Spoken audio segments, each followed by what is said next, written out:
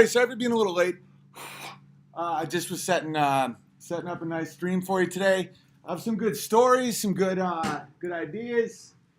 It won't be 4.5 hours this time, I promise. I got a funny story about that, in fact, about my 4.5 hour podcast that I couldn't figure out if it was sane or not. I listened to it.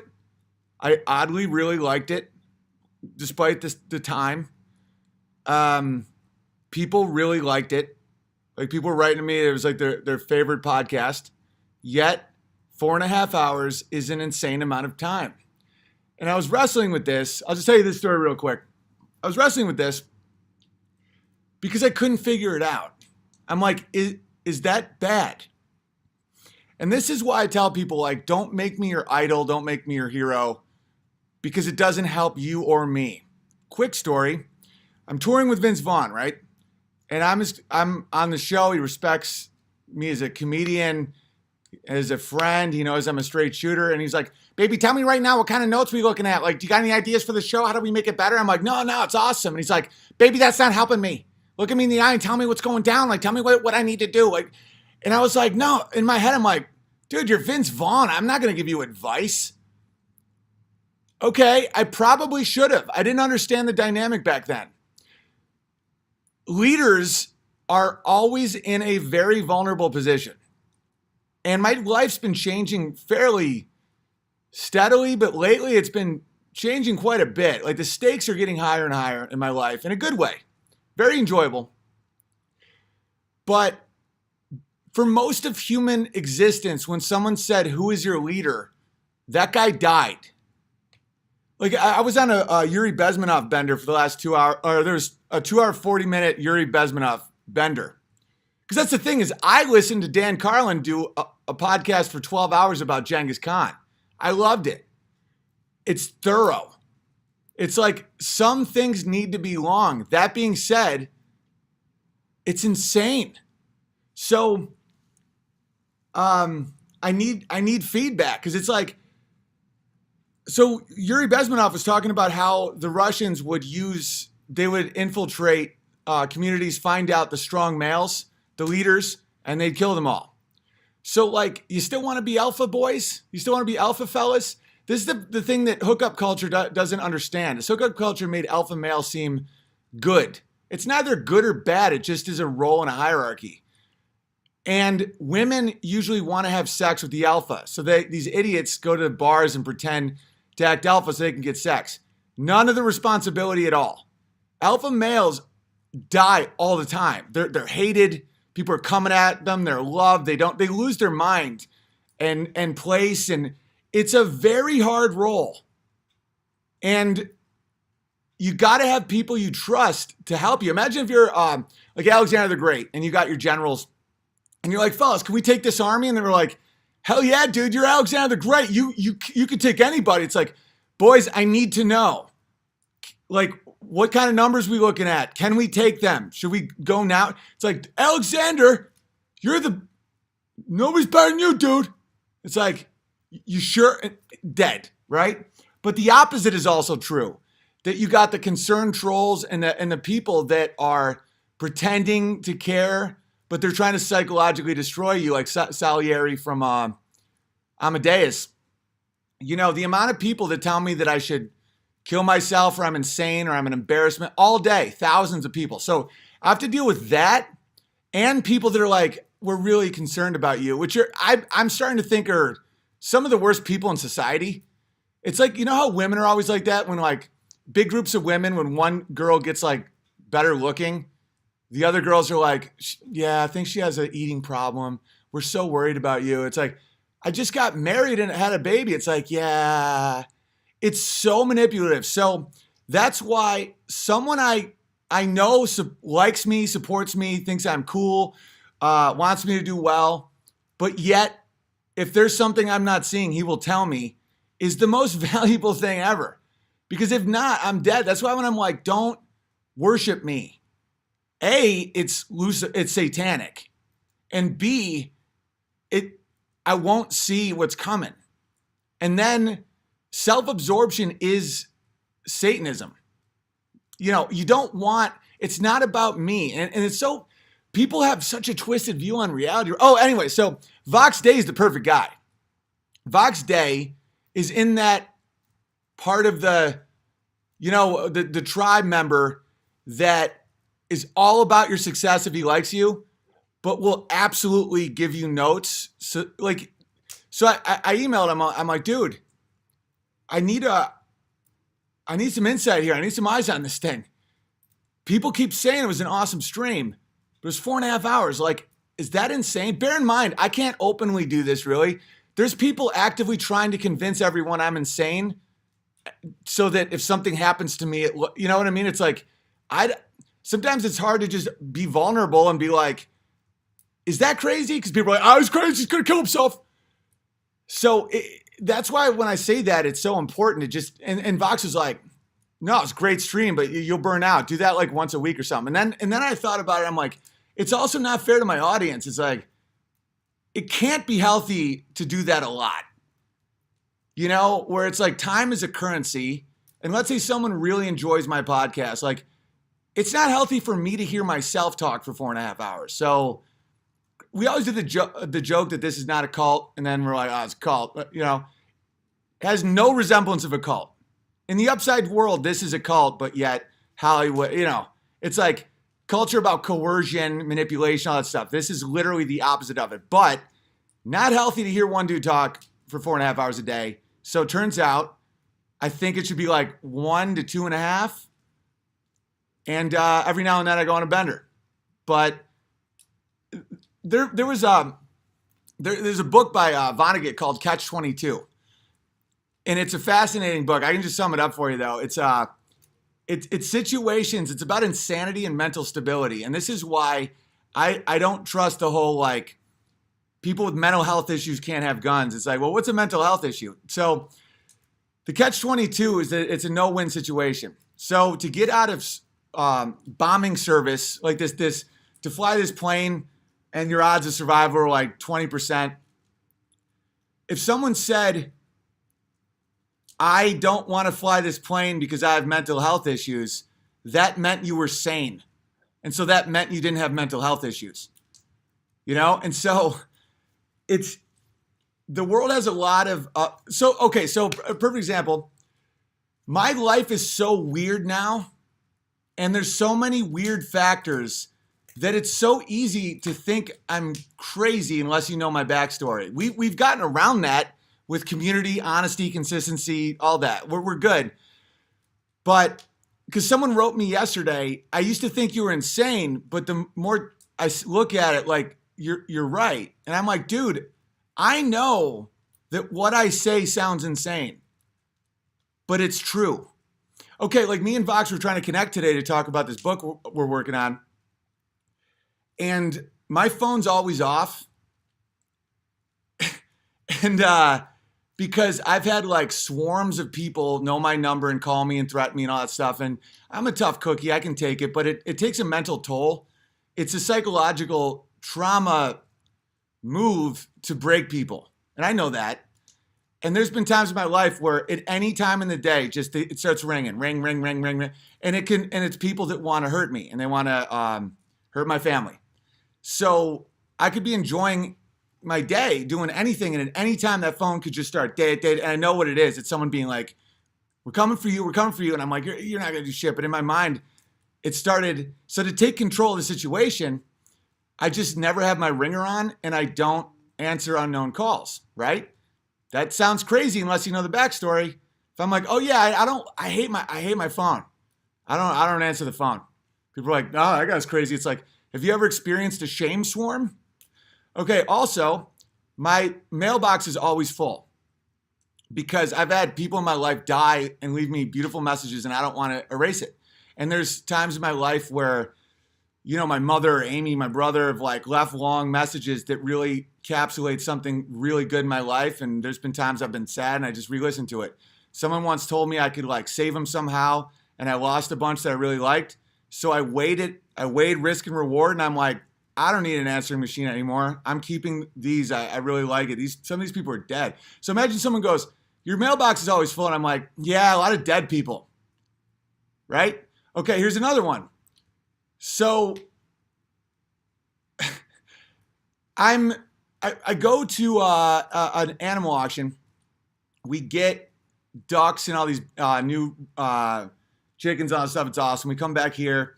I'm building an area for the duck.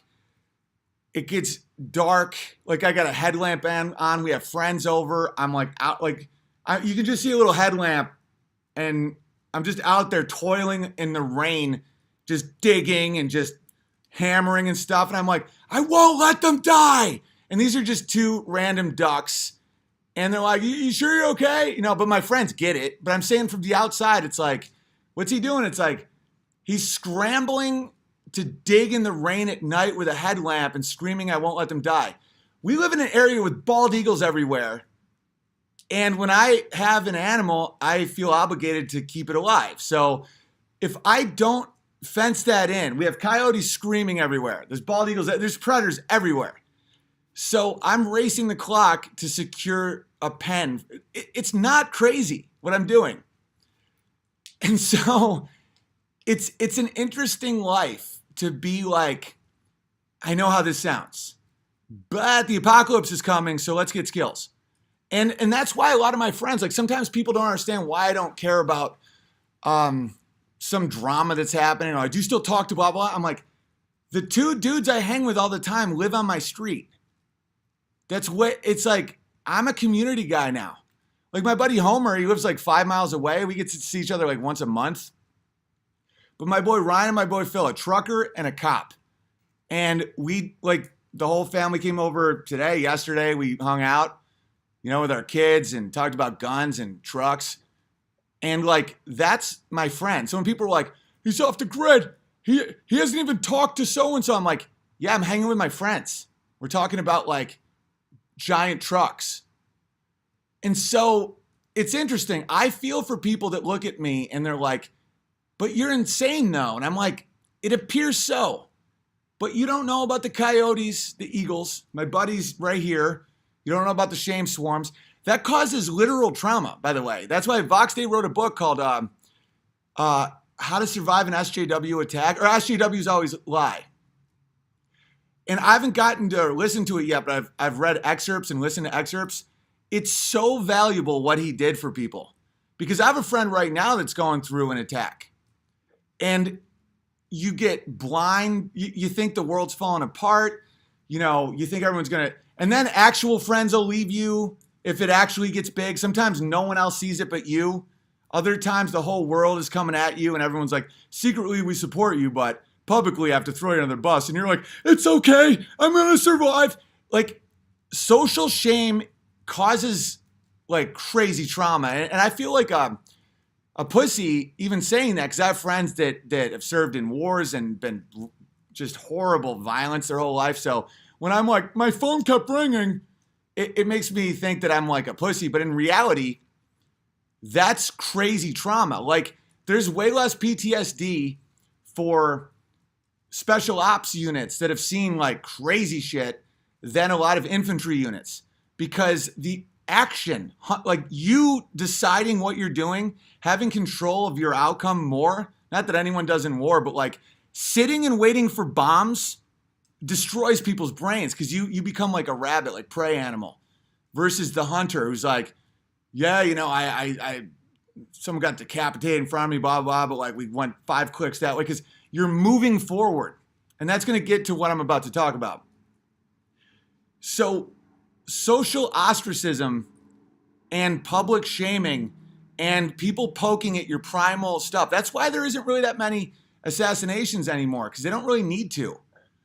They can ruin your name. They turn like heroes into pussies. Like huge heroes, like strong men will be like, I'm on The View today to say I'm sorry for implying that women are different than men, and I'm a 5-star general, but I'm a bad person. Like, you watch people just crumble and you're like, why does this happen? I'll tell you why it happens, because that's some powerful shit. You know, to have 1 million people call you crazy and suicidal and evil and wicked and Nazi, and it's like you will do anything to make it stop. But here's the thing, when you act like that, it'll never stop. That's why the plan works so well. Like, Don't just take it, act, show no fear, and then take a bite out of them. Because cowards, these people are all cowards. And so they want to abuse people that are saying something true and ballsy and reveals their cowardice, and they would just want to take you down. If you're like, hey man, not only am I not going to ignore you, I'm going to mock you for life. And then if you do something like, I got hitters, I'll never say what I'm going to do on the internet because I actually could do stuff. People on the internet that make threats, actual hitters don't make threats on the internet. Actual hitters know that they don't want to be known. Nothing. And it's like, that's the only way you survive it. And so I just want to talk about that because CNN is currently traumatizing the country, and it's a psyop, man. It's pretty fascinating. So I'm like headlamp at night in the rain screaming, I won't let them die. And people are like, well, who's out there? 2 ducks. It's my responsibility to keep them alive. They would have died if I didn't. And then I'm starting to realize I'm having a bit of a fence building problem. Like it's becoming like an addiction almost. We'll talk about that. But the name of this episode is Satan's Punchline, because something funny happened to me. Let me see where we start this thing. Oh, there's some funny ones. Oh, and meanwhile, while people are just calling me insane and just like, what's wrong with you? I look out at my dog and my son are giggling and running. My neighbors and their children are over. We're all discussing how to do like make our own honey and all. It couldn't be more beautiful. And I'm like, I get why it appears I'm insane. Like they don't know about the Eagles. And so this will kind of help illuminate as well. Oh, and also I know a lot of people in a lot of places in life that have done a lot of different stuff. Like talk to someone who survived the Serbian Civil War or the Yugoslavian Civil War and be like, what were the steps to total annihilation like when society fell apart? They would literally, like Yuri Bezmenov, just be like, well, they start censoring your speech and then they alienate you from your neighbors and then anyone who speaks out, and then before you know it, neighbors hate each other and then the war comes and then there's genocide and then it's like, so always remember, speak out, like say truth because that's the only way to stop it and have community cohesion. And people are like, you're crazy. It's like, I watched someone eat someone. And I know about so much horror and so much of like harsh realities that I'm so not insane that it's like, I'm so sane in such an insane world that I look insane. It's like catch-22. But there is a way out, and it's consistency, community, stuff like this. It takes time to develop trust. Like you guys are like, oh, I get it, it's just Owen. Because communities used to have that. You know, it's like I'm out with my headlamp digging in the mud. You know, it's just like, oh, it's just Owen. That's what he does. He gets obsessed about stuff. You know, one week it's the moon landing, the next week it's ducks. You know, someone else is like, what's wrong with Gary? He just keeps like, he freaks out every time he sees a squirrel. It's like, yeah, dude, he got raped by a squirrel when he's like 5. That's just Gary. Other than that, he's a good guy. No one knows anyone anymore. So every behavior is seen as like, it's like, do you know about Gary's squirrel problem? You know what I'm saying? All right, cool. It's a good start to a pod. Let's see how we are doing. Oh, and another thing, like when I'm like, I don't care if I ban you. I don't care how many people watch this. Wait a minute. Did my stream go down? What happened? You gotta be fucking kidding me.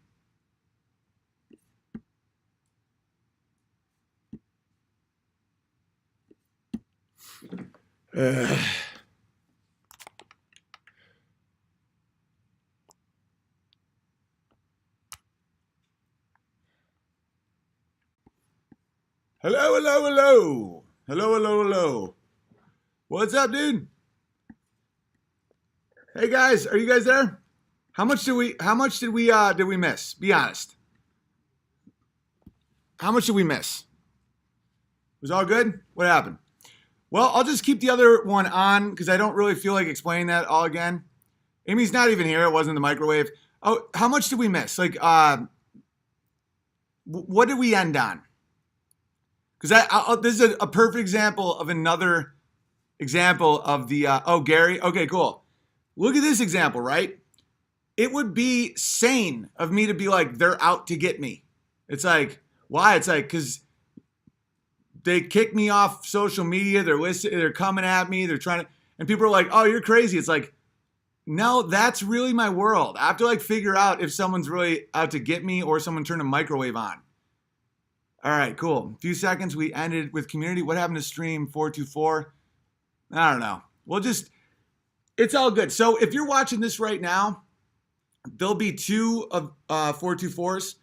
Just go watch the other part too, because there's a funny story in it about the concept of catch-22. A funny story, the value of telling it to someone straight. Don't give someone criticisms to like be snarky and like mess with their heads and be like, oh, we're worried about you. But also don't just agree with everything they say, because leaders are always in a position where they can be hurt if they don't have people, trusted advisors. So that was my overall point. And then the community's the way out. So let's just get right into it. The name of this episode is called Satan's Punchline. And I'll tell you what happened. So I did an episode Friday about, what makes a man. And it was 4.5 hours, but I felt it was thorough. I'm not going to do that every night. It's too excessive. I thought a lot about it, even though people really like, oh, and by the way, the compliments I got about the stream were awesome, because it was like, that was one of the best podcasts I've ever seen. That gives me that's a great compliment for me. When people are like, he is an angel. I'm like, now you're not going to tell me what's real anymore, because you're too, like, that's why I don't like the Pope. We're all the Pope. Why the hell does he get that little car and the staff and people like touch his feet and worship his feet? You think that's good for the Pope's mind? Oh, and by the way, that's not Christianity. Like, that's a lie. And so when people, be very wary of people that want to be worshiped, because it's satanic and very gay. We'll get to that in a minute too, about self-love and how that's the doorway to that. I don't want to hear my name being rung as like, because I see why people do it. It's not that you're stupid. It's like the world's so void of anything authentic that when you just see anybody being authentic, you're like, I love him. But don't like worship me. There's an instinct to do that. There's a reason this stuff's in the Bible to not worship false idols, because it's not good for either person. And I'm in a position right now where everybody else is taking a knee. Not everybody. I mean, come on, that's an insane thing to say, but like comedy. I mean, The Guardian just wrote an article called, Is Comedy Dead? Is stand-up comedy dead? Did they mention me? Of course not. Because I was cyber assassinated. The strong leaders all get killed, or they win, and we're going to win. But it's like no one's being authentic, so that when someone sees something authentic, they think it's the person, but it's the ideas. And if you really do care about me and want to keep this rolling, if you see something I don't see, please tell me, because I'm starting to figure out how to differentiate between the snarky gamma, like, hey man, you're losing your mind. Like that stuff doesn't work on me. When someone genuinely has my best interest, I may not agree with you, but as long as I know your intention is to help your community, it's the most valuable thing right now for me.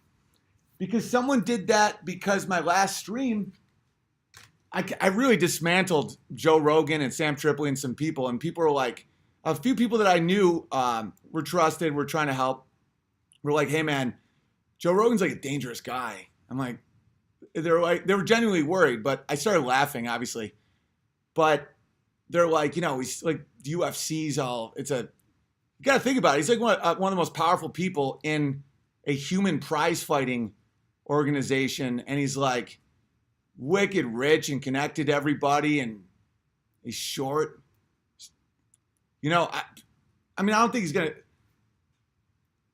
like, he is a dangerous person. Whether or not he would ever do it, who knows? I'm not claiming he would, but like, if you just look at the numbers, he's a skilled hunter.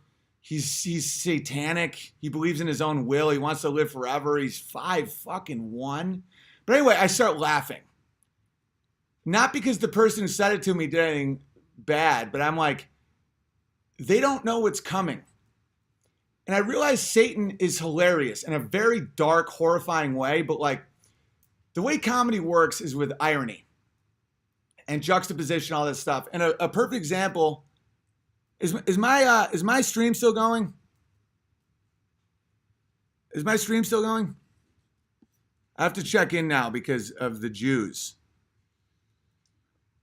Because this is a good point I want to make, and I don't want to if we just keep starting over, I'll spiral. And when people say like he's lost his mind, imagine if like you get it. It's a crazy situation to be in. All right. So anyway, if you talk to any real military historian or somebody that isn't getting paid by the government, but knows stuff about military history, civilization, they're smart. They get it. Their eyes are open. They'll tell you what's coming. There's going to be a conflict right where we live. Some say 100 million will die. And that's real, dude. It's so horrifying. And I'll show you what it is. All right. It's so horrifying that I totally understand why people... I'll get to those in a second. Those are wicked funny. It's a funny story. Oh, that's Satan laughing. Okay. Why people can't face it. I totally get it. It's going to be the biggest loss of life in human history. And when you say that, people say, you're crazy, you're paranoid. Guys, look at this. Okay, this is a graph of national debt from 1940 to present, right? And trust me, I know that a lot of people are not going to let this sink in, and I get it. Trust me.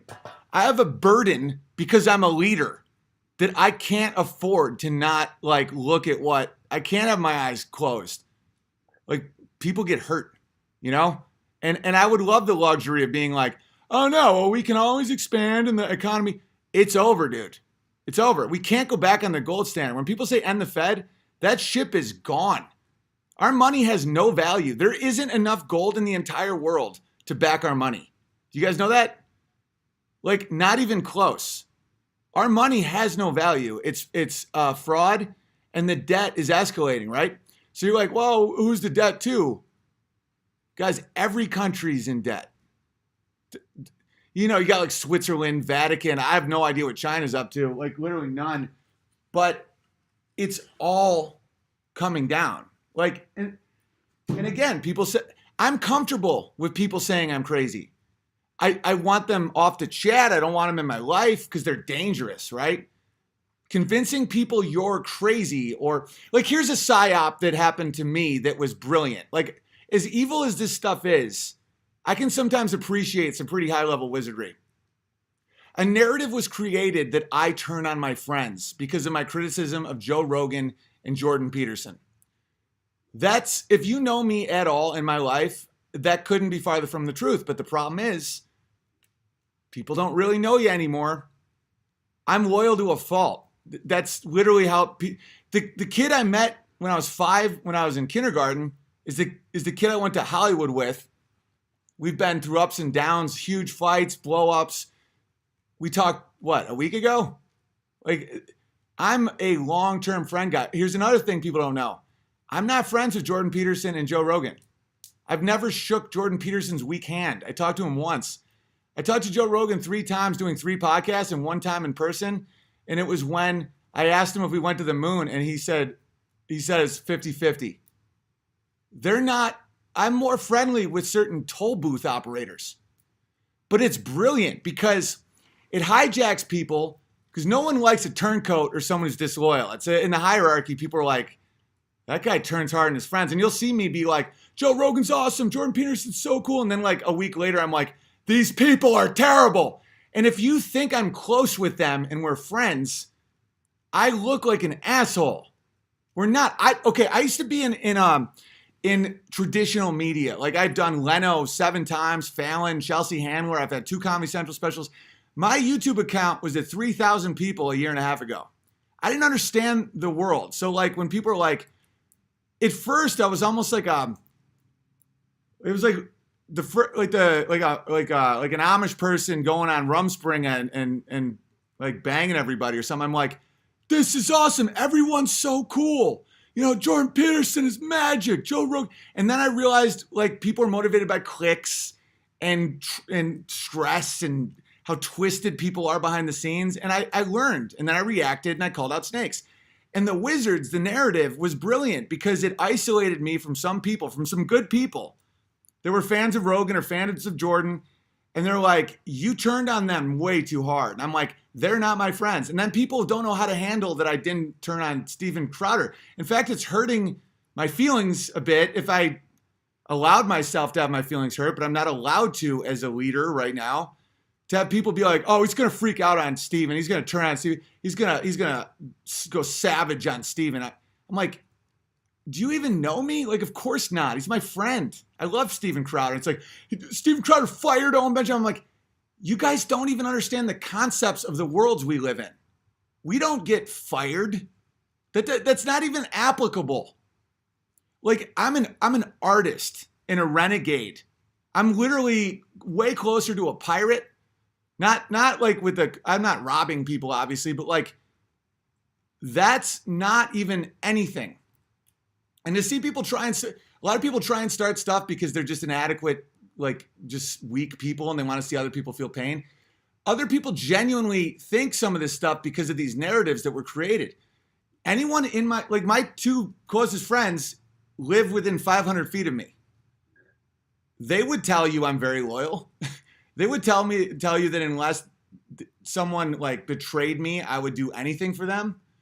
But the world doesn't know that, and they can paint a picture, and it's always about trying to keep your name buried, keep you out of the narrative. Like Alex Jones can explain 1,000,000 times what he meant by the Sandy Hook stuff and all that, and no one hears it. And so the wrong narrative gets said so many times that it's kind of dangerous. That's why, like last podcast, I was like, Steven Crowder brought me back to Jesus Christ. Like, do you think I care because like, you know, I'm bad for branding? I am bad for branding. I said this like 3 months ago. I was like, there could be a time when I'm not right for some of these people, and they might be right. Like, my job, my art, my world revolves around saying harsh realities, questioning stuff, going off the rails a little, letting my emotions fly. I might be wrong, but I'm not lying, but I'm not that calculated. You know, some people don't lie, but they'll wait months and like Vox days like that. When he takes someone down, it takes him a year. I do after 2 claws, like 2 white claws. I'll be like, all right, fuck this guy. I have a feeling he fucking sucks, right? So it's so easy for me to see that like a new network of whatever, to be like, Owen's kind of dangerous. I am. So I could have overreacted out of embarrassment, sadness. I thought I was going to be like doing a show with him. It's not him. He's a great leader. That's not easy for people to do.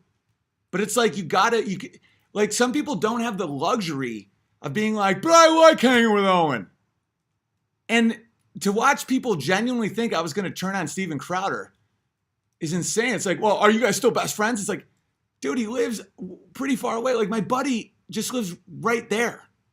How many friends do you think I can manage at a time? It's like I have 2 kids, a wife. I'm obsessed with building fences, podcast, music, and I'm constantly reading and learning. It's like, so that's just what I wanted to talk about a little bit. It's like, in a crazy world. So anyway, what's coming? By the way, this is an opportunity for something beautiful. So don't let this scare you. So South Park. Oh, I'm not, that doesn't make sense yet. All right. So this is our debt. And there's going to be people in the chat in your life that are like, yeah, but it's compared to gross national. Every country's in debt, and it's not only not stopping, it's exponentially growing. That means there's no way to slow it down, and it'll only get worse and worse and worse. When a very close friend of mine who's a brilliant financial advisor and like crazy successful, I was like, can we just keep going in debt forever? And he was like, I think so. Yeah, right? I'm like, you get that feeling. It's kind of like calling the cops and there's a busy signal when you're like, oh my God, there's no one here to save us. Guys, there's we're living in a fraud. This has happened a million times. Every time this happens in history, which it happens all the time, people defraud currency all the time, whether it's with metal or anything. Ponzi schemes. This is not new. Every time it happens, it's a full war, full collapse. You know, zombies, literally. And when you say that, people can't handle that, so they call you crazy. Okay, every country's in debt. How does that work? Because it's international banks, right? It's fake money, dude. And every time a country tries to have a gold standard, we go to war with them. That's a tough reality, guys. It's a tough reality. You know, I want to think we're going to go to war with Syria to revenge 9/11. If that makes sense to you, or like because he gassed some kids, he had no motivation to do that. And if you want to talk human atrocity, let's talk Sierra Leone. Let's talk Libya. The whole world's on fire, guys. That's madness. And you can't let yourself be hijacked by this because there's an opportunity. Okay, this is how you get out. This isn't. So when someone said, oh, Joe Rogan's a dangerous guy, I'm like, I hope I don't have to see someone eat someone on a highway, guy.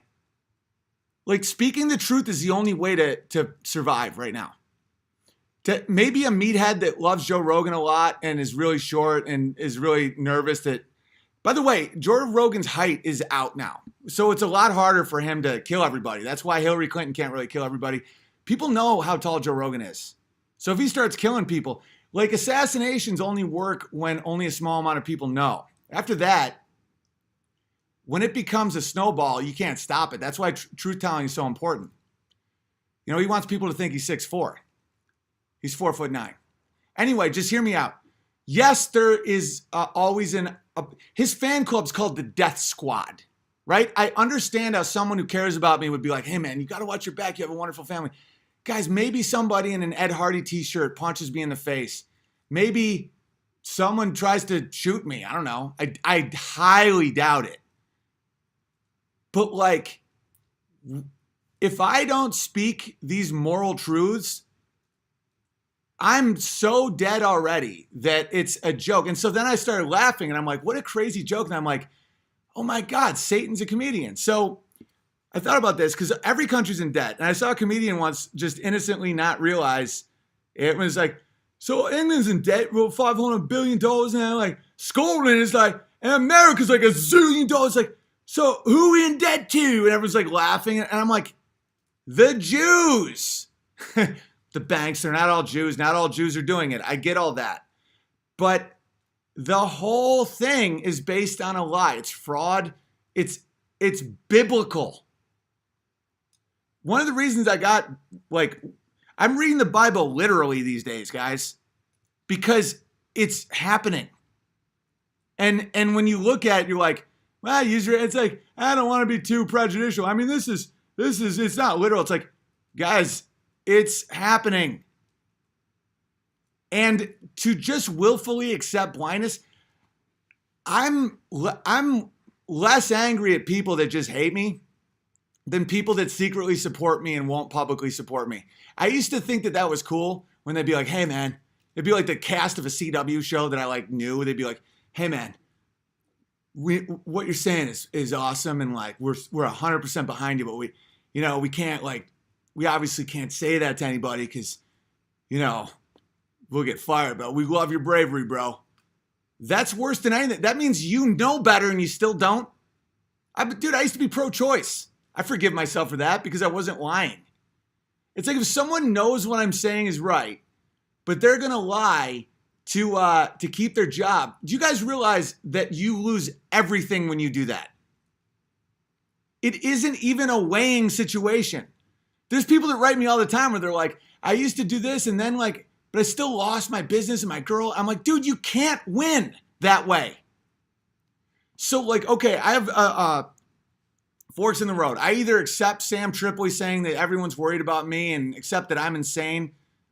I'm not insane. I needed to build up my duck stuff. It's like, I gotta save the ducks. It's like 10 p.m. at night. I have friends over. Yeah, there's coyotes and eagles. That's a sane move. You just don't know the factors and you're not willing to accept the consequences.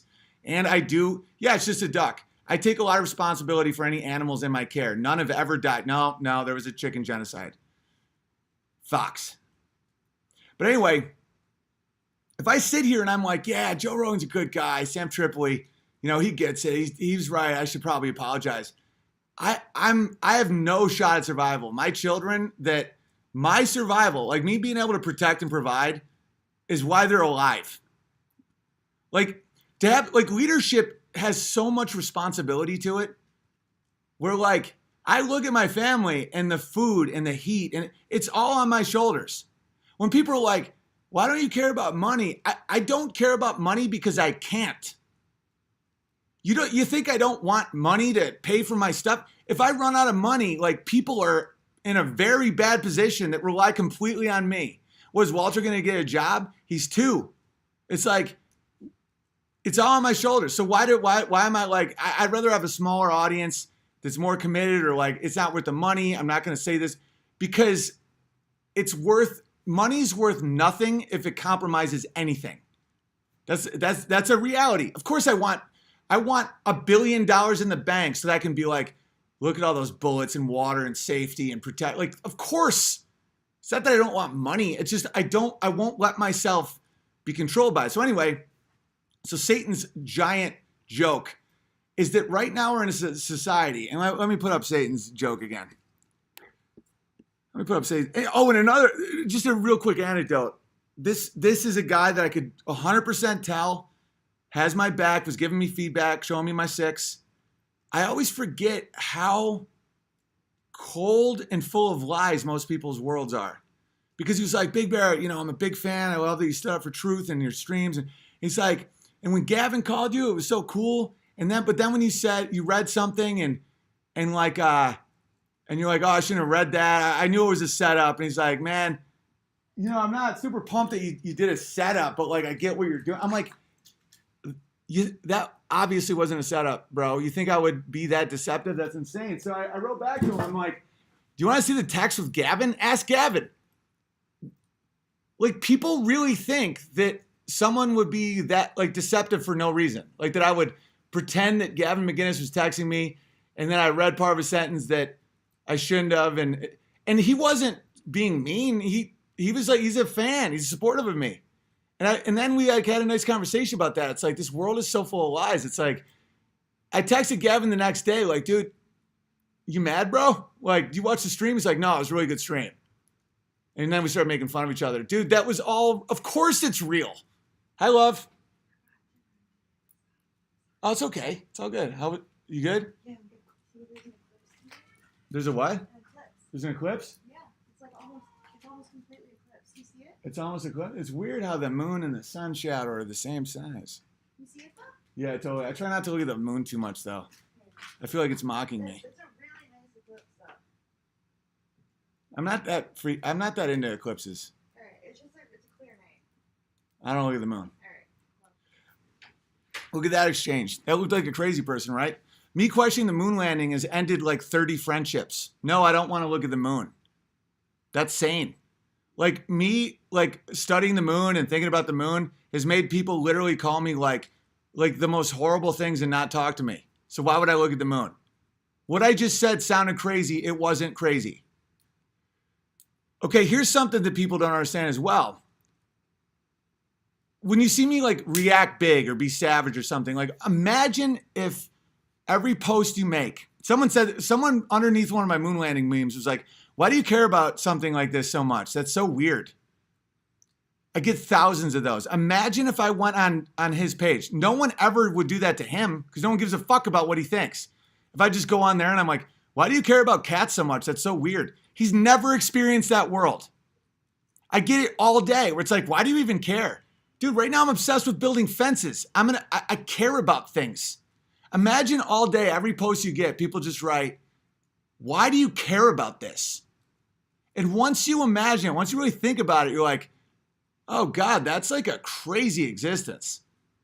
And so that's why you got to be straight with me, support me, be honest. Like, don't criticize me for no reason. That's another weird thing. But also, like, if you see something, say something, because I am in a world with a lot of people coming at me.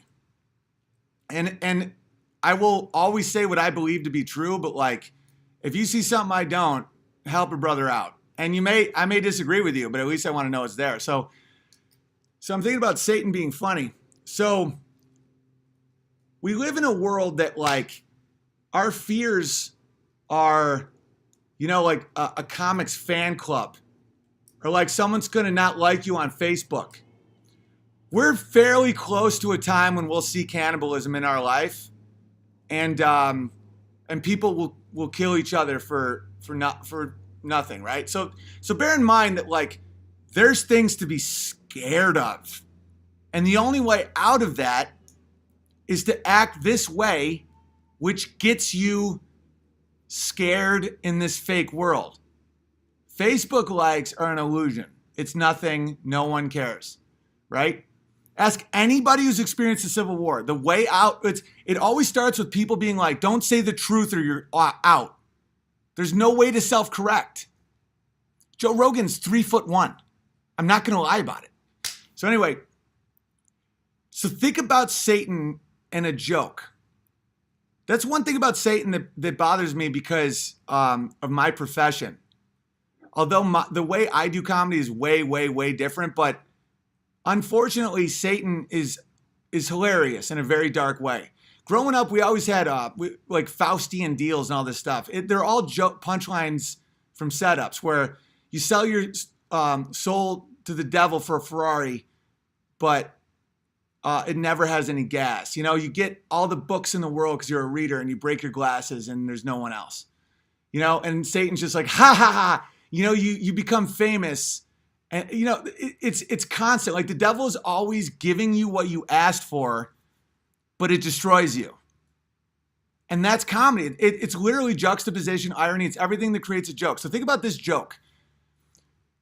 And it's the biggest joke in the world. South Park literally did an episode about it called Funny Bot, where they created a robot that was the best comedian in the world. And he's like, I am Funny Bot. He's like, why do the Mexicans still... And people would just die laughing, and they're like, Funny Bot, you're so good. He's like, the algorithms make me the funniest robot in the world. And the ultimate joke of Funny Bot was to kill the entire world and then just go, awkward. And the boys figure it out, and they're like, Funny Bot, no. And he's like, I have done the calculations.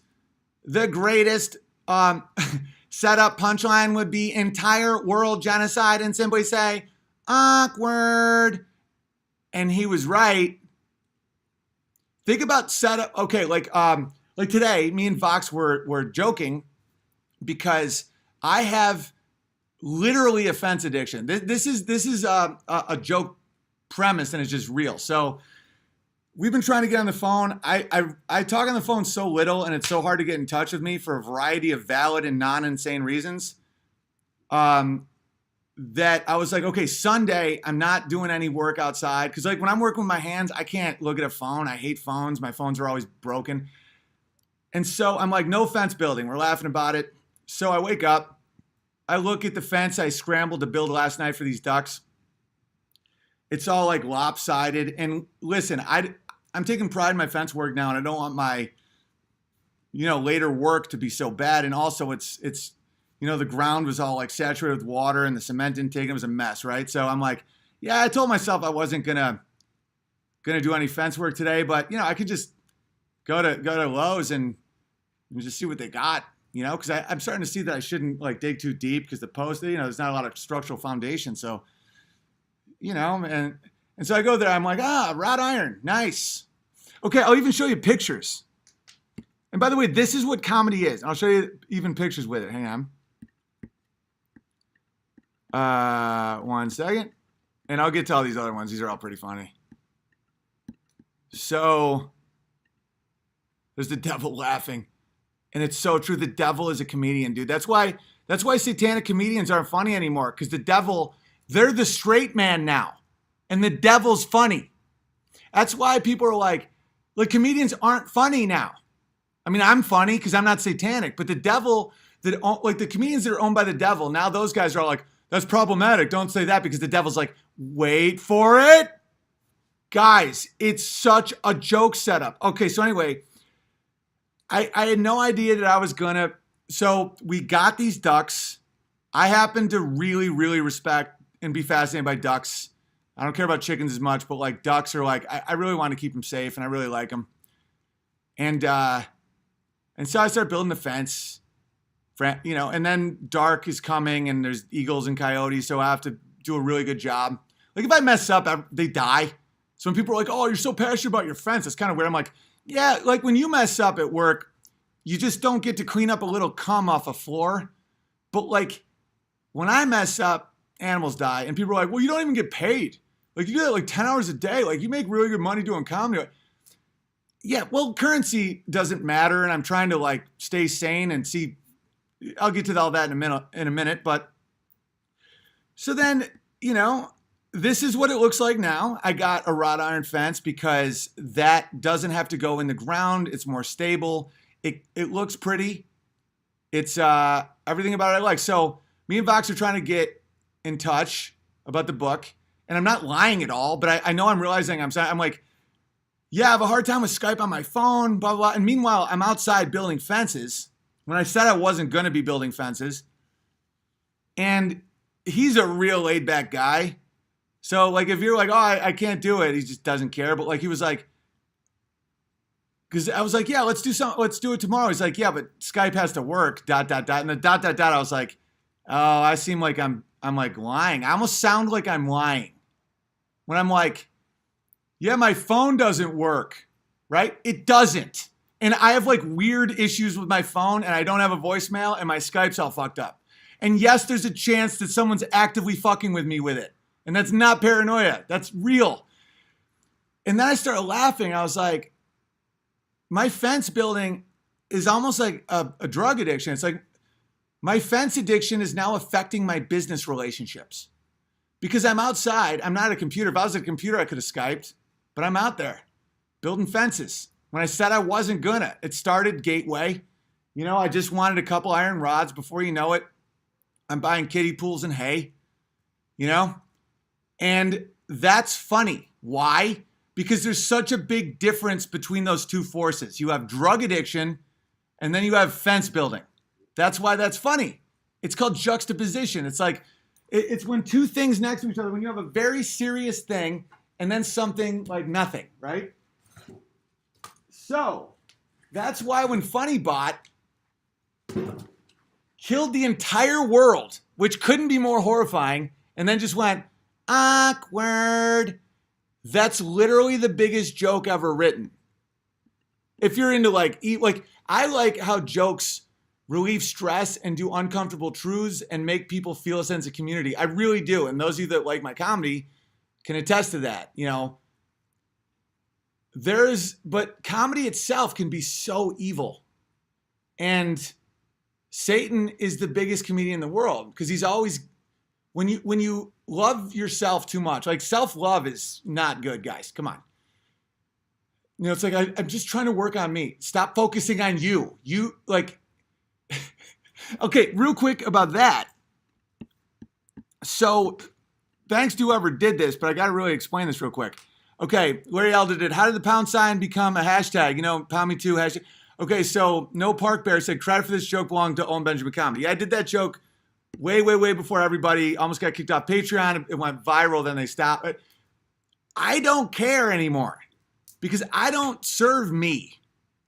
And that's fucking freeing. That's not me being a martyr. That's like, I'm like, please spread jokes. Like a lot of the ideas I'm transmitting are thousands of years old, guys. Like they're not mine. Spread it. I wrote that joke, but like keep comedy alive, And people are like, why don't you care anymore? I'm like, I care so much that doesn't matter. I don't need people to know that was me. That's funny as fuck. I don't matter like that. Like the purpose matters, So I'm thinking about Satan's giant punchline. So you got Joe Rogan's little death quiet. And they haven't threatened me at all, by the way. This is all totally not even a real thing. This is just someone concerned about me. And I'm like, what are people scared of these days? They're scared of social ostracism in a little screen world that isn't real. They're scared to be called racist when everyone knows it isn't racist.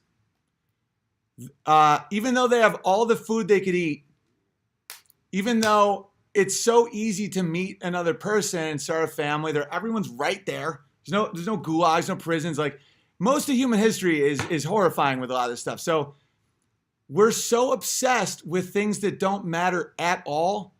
And in not that far distance of a future, hundreds of millions of people will starve to death for sure. Satan created the biggest punchline. So it takes a comedian to beat a comedian, right?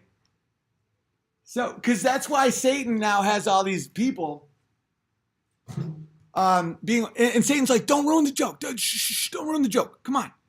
And when I'm saying like, oh no, all you have to do is, because there's a way out of this, guys. This is a big opportunity. We don't all have to die. We can flourish. Because me preparing for this, don't be like a bunker guy. There's a weird type of person that's almost looking forward to an apocalypse so that they can be psychotic. You ever notice that? Also, there's people that are like, their whole world is about bunkers and preparing, and that's kind of mentally unhealthy because it could take 50 years. Could be a month. The real value, and this was another thing I saw that was fair, it was eye-opening and heartbreaking. Someone was like, Big Bear, what can I do? I don't even have any money. I'm just a dude. And people don't know their value. We live in a world with Planned Parenthood and like everyone being like, the earth can't handle humans. Humans are the most valuable thing in the world. So this is what I've been doing to prepare. Community. Like what I'm saying isn't like platitudes or me being like, of many come one. It's as real as anything. Trust in a community is the most valuable thing you can have, right? We have that here. So I'm like, okay, perfect analogy. If Netflix right now completely shut down, I would not notice because I don't use Netflix. There's people that would be spiraling. Now take that principle and add it to fake material wealth based on a fraud, right? You can survive this. So now I'm like, okay, imagine a world without money. Bear in mind, I am pro money. Capitalism makes brilliant sense with efficiency, all that. Our money is worth nothing. It was completely stolen. Gold-backed money, when it's like, you can get $10 of gold if you have this piece of paper. Capitalism is it makes trade so fluid, it's awesome, right? Our money has no value. That's a tough reality. And there's going to be people in your life being like, oh no, but it's backed by, it's gone. It's gone. So what has value? Humans, trust, love, faith, skills, right? So me and my boy Ryan down the street, we talk about this stuff. We hang out and our families are tight and we're going to go hunting. Like his wife and my wife both love growing stuff and like cooking. Like she knows everything. My other buddy Phil is an ex-cop who's just like knows how to like fix cars and makes guns. He's funny. And we're all like hanging out. And we're like, these aren't threats. That's assets. That's like, okay, you work on this, but I don't know how to do that. Well, we'll figure it out. Love, trust. Human beings are incredibly compassionate. It's just only to the people they know. To the people they don't know, they'll burn you in a lake of fire. Like fact. So if you live in a world with no community, like you don't know your neighbors, that's as vulnerable as you can be for this. Another thing, if you rely on the government or programs or all that stuff to give you fake money to get food that's unhealthy for you and all that, you're already dead. Cities are all going to go like zombie apocalypse style, guys. And here's another hilarious punchline by Satan. They make us feel grateful for this world, right? They're like, you go in a supermarket, you're going to have a kiwi or a pear, or it's like all poison now. You don't think you can grow a diverse amount of food? I'll get to that. They're like, Anomaly, my boy Anomaly is a great dude. He had a really sweet pod yesterday, but like one thing he said, he was like, it's never been better for gay people or trans people. Guys, it's never been worse. If you're gay or trans, to live in a world that celebrates it will escalate that thing in your head that leads to really like an unhealthy, horrifying life. My piano teacher was transgender my whole childhood and it was taboo. But very libertarian, just do it, just kept, you do you, I do me. Larry used to be cool. You know, like being transgender wasn't even the top 50th most interesting thing about this human being. Brilliant musician, like out there, wacky, just, you know, whatever. Ever since they've been celebrating trans stuff, like Larry's now bad. Like Larry used to have my back when the trans mob came at me. They're like, Owen doesn't hate trans people. I've known him 30 years. Lately, Larry's like, well, the human spirit is multi-gendered and like children should know that. I'm like, oh God, Larry's now bad. And it was because the whole society didn't serve Larry. And that can happen to me as well, by the way, guys. That's why I need honest feedback. I mean, not what happened to Larry, because I'm not obsessed with myself. I'm not focused on myself. I believe in God, Jesus. You know, I have paths to never be like, oh, we can put on children what I am. Like, no, but the principle's still the same. We have the whole world being like, you're brave, you're great. Like, you know, what you are is so special and awesome. And Larry's like, it is, isn't it? Back when Larry was just a weirdo with that stuff, but other than that, really awesome. Fine. Now that the world's doing this to Larry, poor Larry is awful. Never want to talk to that person ever again. It's like, it ended with me being like, stay the fuck away from kids, Larry. And by the way, Larry's never going to like touch a kid or anything like that. It's like, but never tell a kid that gender doesn't exist or we're all genders. Like, don't fuck with kids' heads. Like, you are not right on this thing. You're an anomaly, you know? Like, you're a weirdo. And I'll accept that if we all accept that's weird. So we live in a world where we're forced to be grateful for the things that are poisoning us. You know, like, well, we have the greatest government in the world. No, they're awful. Like, our food is poison. Our money doesn't work. And all it's doing is creating man babies out of us. Well, we have the internet. We can communicate so fast. People use it for just porn. People use it to isolate and shame. This is all so classic Satan. It's called a Faustian deal. It's you get all the sex in the world and then you lose your dick. And Satan goes, ha! This is Satan, right? And yeah, just look at him laughing. And you know Satan's funny, man. It's like, I don't want to admit that because that's my career. But I'm not satanic. But just know that there's an element of irony that's pure Satanism. That's why I'm trying not to be sarcastic. Even though it's still funny sometimes. I'm not doing it in a bad way, but like it's dabbling in the upside down world. So Satan has created a world where idiots are completely upside down and he's dying laughing. People are like, well, aren't you worried that like the comedy community is going to turn on you because you mocked Joe Rogan? Then maybe I'm like, guys, if you don't have a fresh water source, someone like you're dead, man. It's like your own and people are like, oh, Owen Benjamin's insane. He's like, he's ranting about the apocalypse out in the wilderness. It's like, my heart literally goes out to these people. They will die in complete panic. Okay, here's a perfect antidote for this. Sam Harris pities truck drivers, right? He's like, when AI comes, 5 million truck drivers will be out of work, and what will they do in society? Sam, truck drivers could shut down the entire country in 3 days. Truck drivers have infinitely more power than you, Sam. And by the way, AI is not going to take down truck drivers. No chance. This is masturbatory bullshit out of these people's mouths. My boy, like one of my best friends is a truck driver. If all the truck drivers were like, we're not going to drive the trucks. You have no food, no oil, no water, nothing. All society collapses. And you guys are sitting, want to know who else has a lot of power? Plumbers. Okay, imagine like Google, they're sitting there and they're like, we have the algorithms. We must make it so no problematic cisgender. Imagine if someone just turns off the pipes and go, you don't know how to fix this. And now you're drowning in your own shit.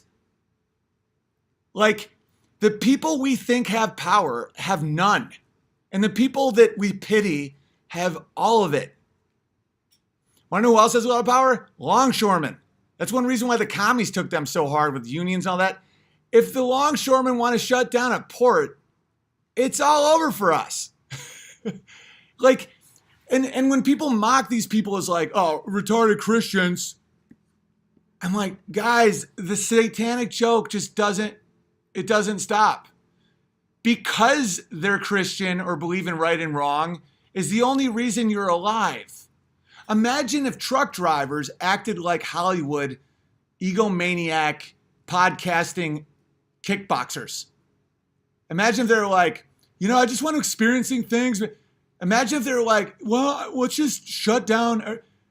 They'd kill everybody. Imagine if like half the people with guns acted that's why these leftist weirdos are so paranoid about guns, because if they had guns, they'd just kill everybody. Because it's like the very thing they're mocking is the only reason these people don't take them all out. You don't think that I've had conversations with some of my friends where I'm like, this is an unfortunate conversation, but do we have to start killing people for these things? And we talk about it. Where it's like, has society collapsed?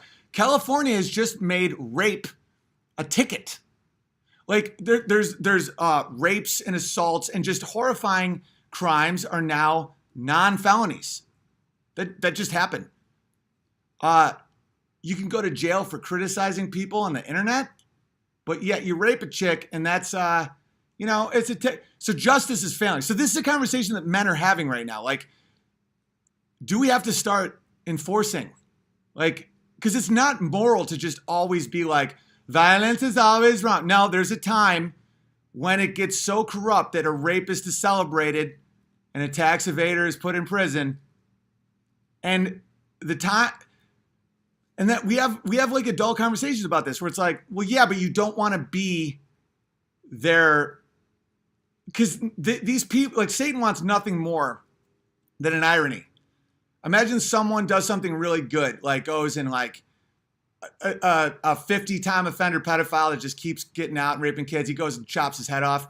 And the media frames it as like a trans hate crime. And that's the crime that you lose your guns. Like they're dying to turn us into the animals that they want us to be that we're not. So these are things we're weighing where it's like, okay, so do we make an example of something? No. Do we do it like secretly? Like, this is for morality. Like these people don't even know what is coming. The only reason people aren't doing anything because they're full of porn and corn syrup. If you don't have faith, and by the way, you can be free in prison. You can be free in a gulag if you have faith. That's why the things that these people mock is going to kill them. And the devil is going to die laughing. Oh, and they think, these transhumanists, these people, they think they can avoid death. Oh my God. All right. So that's why ignorance is so fascinating. Joe Rogan and these guys are like transhumanists. It's like, well, we could upload our consciousness and blah, blah, and we can, guys, it used to be called the Fountain of Youth. It used to be called the Alchemist Stone. This is nothing new. When the currency gets frauded, everyone dies, and people that worship themselves always think they can trick reality into living forever. And people really have thought it. And they end up drinking a potion that's like mercury and they die. It's not happening. Here's another little tidbit of hilarity.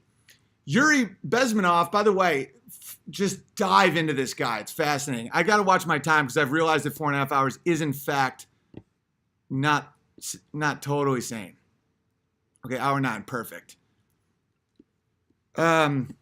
Yuri was like, when we were recruiting, we wouldn't go for the leftists. They're worthless, whining and needy.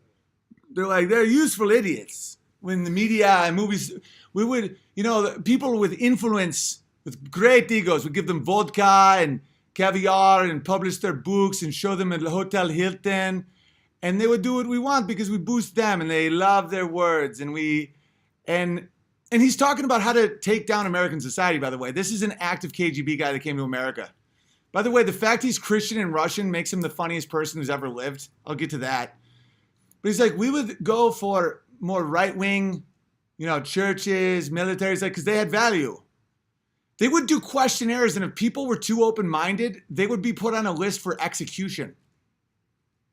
They don't, communist leadership doesn't value leftists.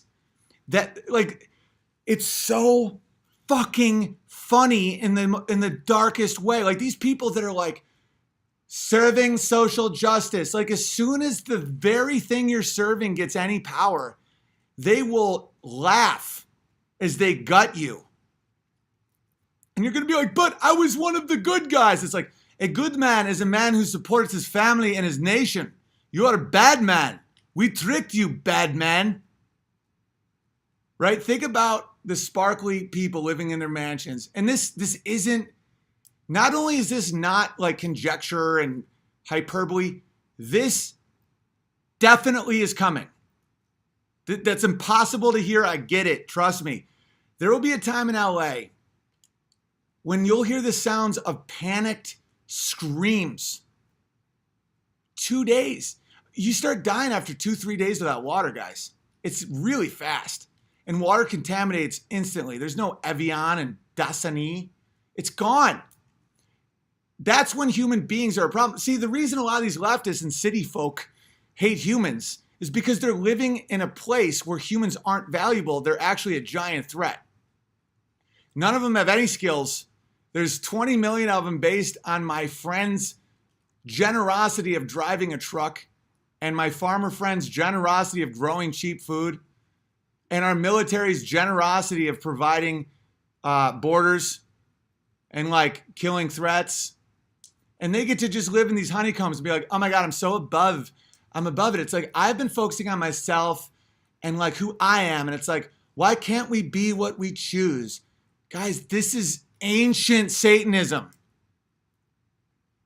And what it ends up being is everyone's a god of nothing and then they burn.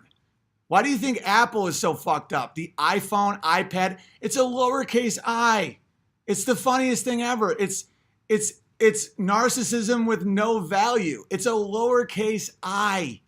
What it did, people used to be more creative before all this shit. I remember when I was in college, we would do, linear editing, and we're always thinking of stuff to make. Now it's just people just watch porn, see who's shaming them. Like when you take that apple, when you bite that apple, and by the way, when people are like, well, you're using Apple. Yeah, it works. Like someone the other day wrote a YouTube comment like, I can't believe you use Patreon. It's like evil. I'm like, you said on Apple with fake money that's going to lead to the end of the world. Like, it's not bad. It's what's bad is when you love evil, when you worship it, when you worship yourself. Like everything's tainted. The whole world's fallen. If I was in a purity and be like, I can't use PayPal the platform Milo. Okay, so now I can't get money. Okay, I don't use YouTube. YouTube sabotage information. Okay, so now 220,000 people can't watch me. I can't use MasterCard or Visa. It's like I can't be an American. Okay, so now you just made yourself a mute slave. It's one thing to be like, Apple's so great. No, Apple's fucking retarded. I'll use it like a cheap whore because I'm a comedian. I get what Satan does. I'm just not evil. It's like, I will use Apple to mock Apple. I will see what I'm doing is actually an anecdote to the mocking because it kind of takes a comedian to go after a comedian, and Satan is for sure a comedian. That's why is comedy dead, says The Guardian? No, you guys are trying to kill comedy because only comedy can reveal comedy. Actual comedians right now are going right at this shit. The hypocrisies right now are so insane. It's like, I just read an article, the first trans superhero character. Retards, according to the narrative, that's not a trans, that's a woman. Remember? They're already contradicting themselves. According to the trans narrative, there's only two genders. Like, this is all a joke. I'm not a man, I'm a woman. I am just as much woman as a biological. Okay, so now there's just men and women? So what is trans? Well, trans is a community that, no, I thought you were a woman. If there's no difference between you and a woman, then you're not even oppressed. You're not, no, but I'm trans. So what's trans? What's trans woman versus woman? I am a woman, okay? And then they just start going, they're all dead. They're living a joke. It's like, And then you'll see people on here just be like, no. Guys, I'm starting to feel compassion for you because you don't know the punchline. If the people like that weren't so fucking selfish and evil and gross and mean, I would feel really, really bad for you guys. Because value is this. So that guy that wrote me that's like, I don't have any money, Big Bear. Like, how do I survive? Dude, this is an opportunity to shed so much evil. Because someone I met when I was 24, and this is when I thought Christianity was retarded and a joke. I swear to God. Not in a mean way. I wasn't like mocking it. But in my mind, I'm like, so old and like disproven by science. And I did a college in South Carolina, and there was an evangelical Christian student. It was like my guide, and he liked my comedy. He's one of the guys that got me in. And we're talking about, I'm like, about faith. And he goes, hey, man, I might be wrong, dude. He goes, but what's the worst that happens? I'm dirt. Fuck it. He's like, worst thing is I live my life good. And that was one of those defining moments in my life because that was a point I never fathomed. It's like, what's the worst that can happen? You happen to treat people well and be healthy and have a family? Worst case scenario, it's all lies, right? Worst case scenario, you just lived better and were a better role model to your kids and wife and your nation. So this is what I'm doing in this time, and I'm very happy, man. Like this, people are scared to talk about the truth and reality of horrifying situations because they think it's going to be depressing and they're going to go overboard and they're going to like not be able to handle anything. It's like, it's literally the opposite. It's Satan doing another trick, guys. That's the only way to get out of that anxiety. The anxiety, the fear, the depression, that's caused by not addressing it because that ensures your death. Yuri Bezmenov is talking about that too. He's like, in America, you don't even know where your shelters are. If nuclear bomb attack, most people die from panic. He's like, in Russia, we know where to go. We go here, we have plans. Like this is military. Every person has to be in military.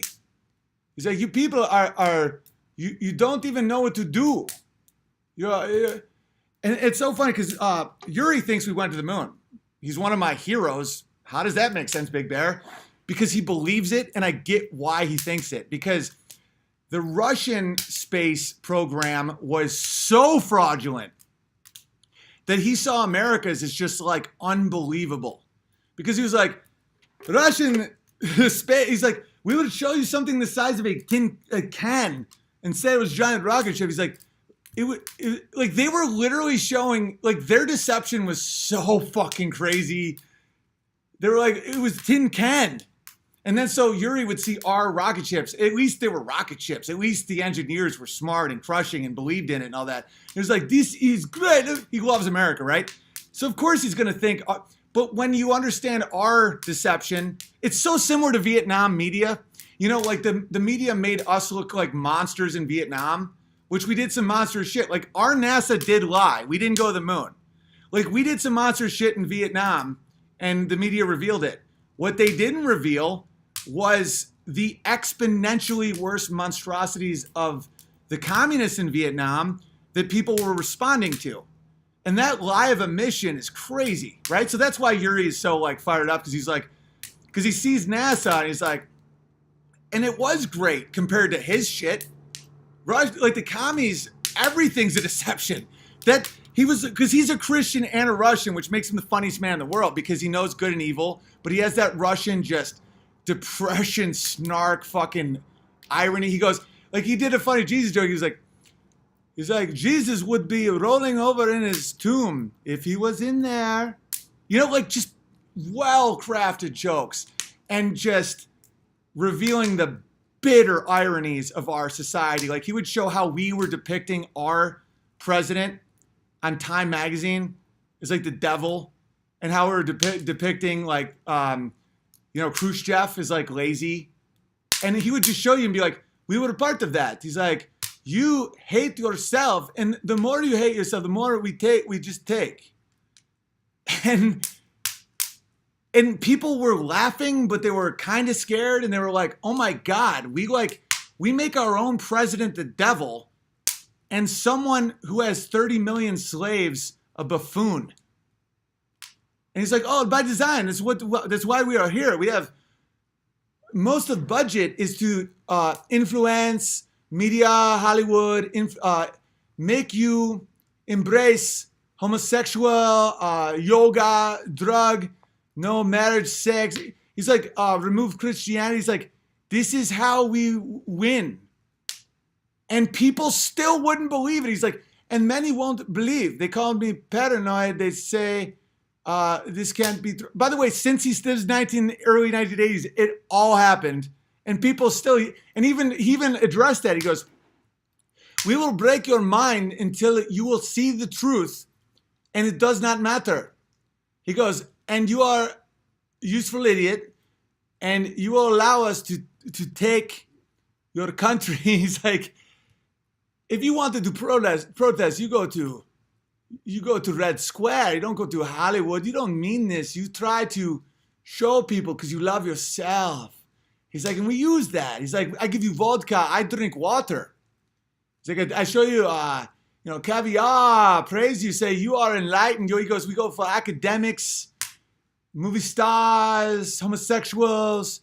He's like, because they can be broken. He's like, and they will only know the reality of their utopian Stalin, their beautiful Lenin world of equality, when a jackboot is on their neck and that we bust their balls.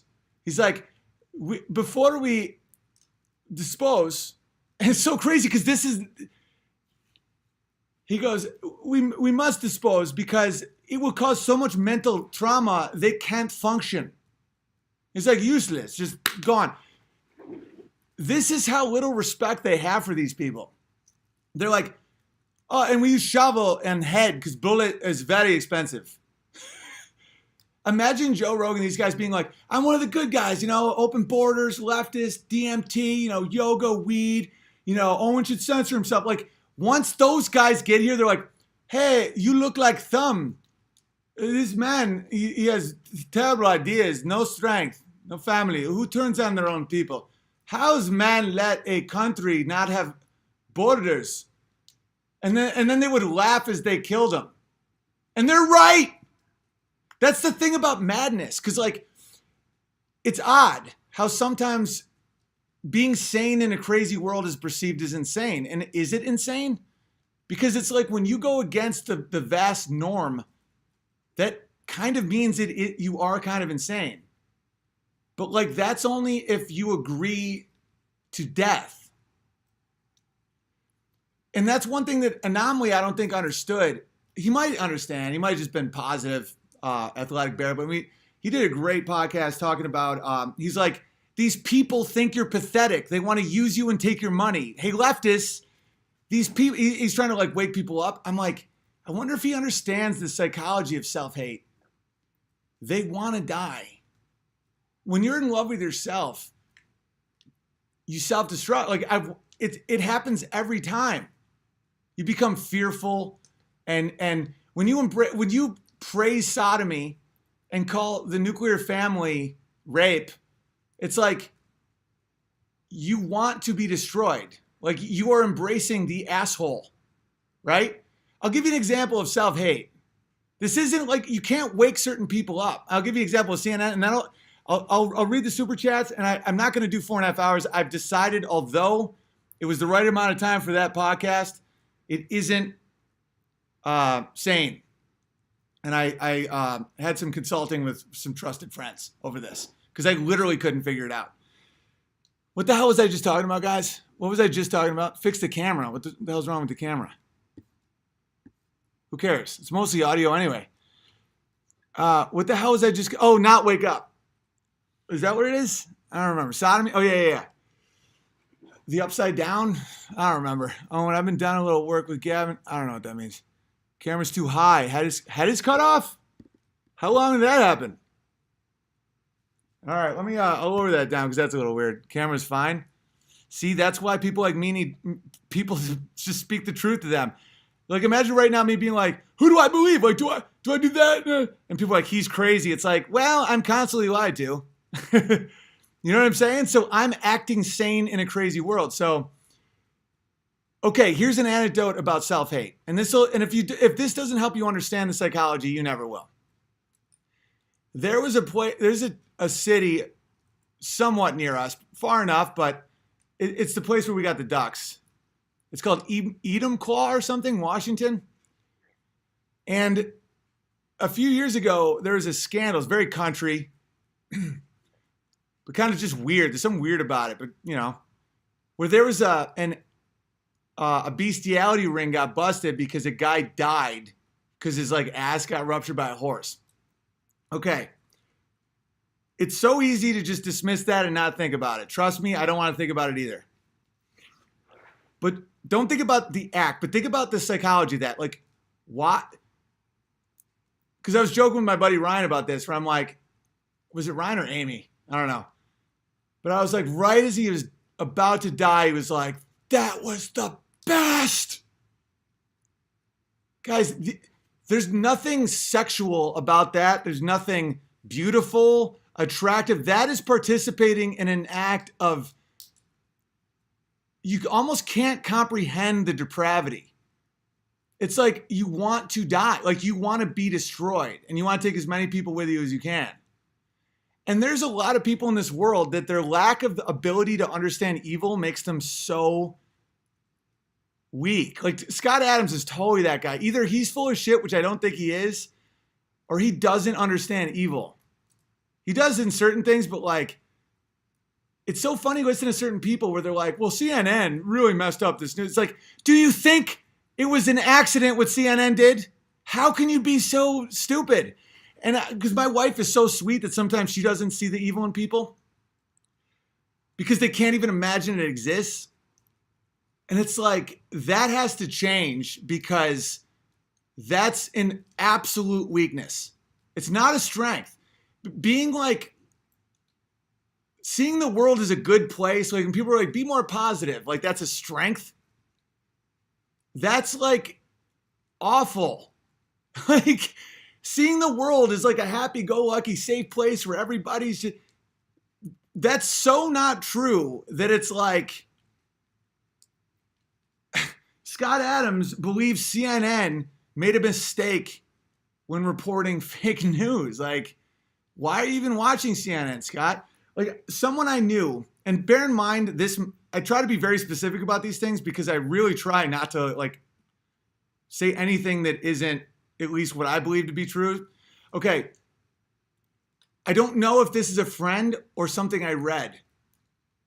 Just bear that in mind. But I'm really sure it's true that either someone I know in the CIA, no, I don't know anyone in the CIA. So it was someone I know whose brother or somebody was in the CIA. Never told him anything about anything except one thing. He said, don't ever watch television. And this is a long time ago. He's like, don't watch TV.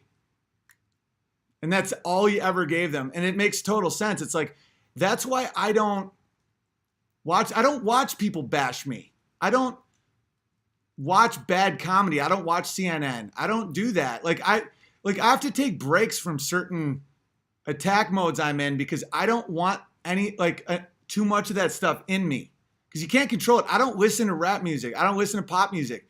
Once I find out someone's a crazy leftist, weirdo, trans kid stuff, I won't listen to their music. Not because I'm so phobic. It's music is designed to take your thoughts.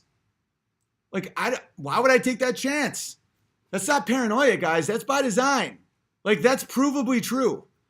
I don't want to be tricked into thinking something because you have to have a healthy distrust of your own weaknesses. And I don't want to give people I know are evil any more. At this point, if you watch CNN, you're gone. This is why I had the zombie thing. This is CNN's audience, right? And what the hell was that? I got it labeled. All right, so I did that on Instagram today. Because here's an example of what I'm talking about. So There's two back-to-back, like not hilarious. Hilarious if you're Satan. It's technically hilarious, but it's so evil. I don't want to say hilarious because that's not what I.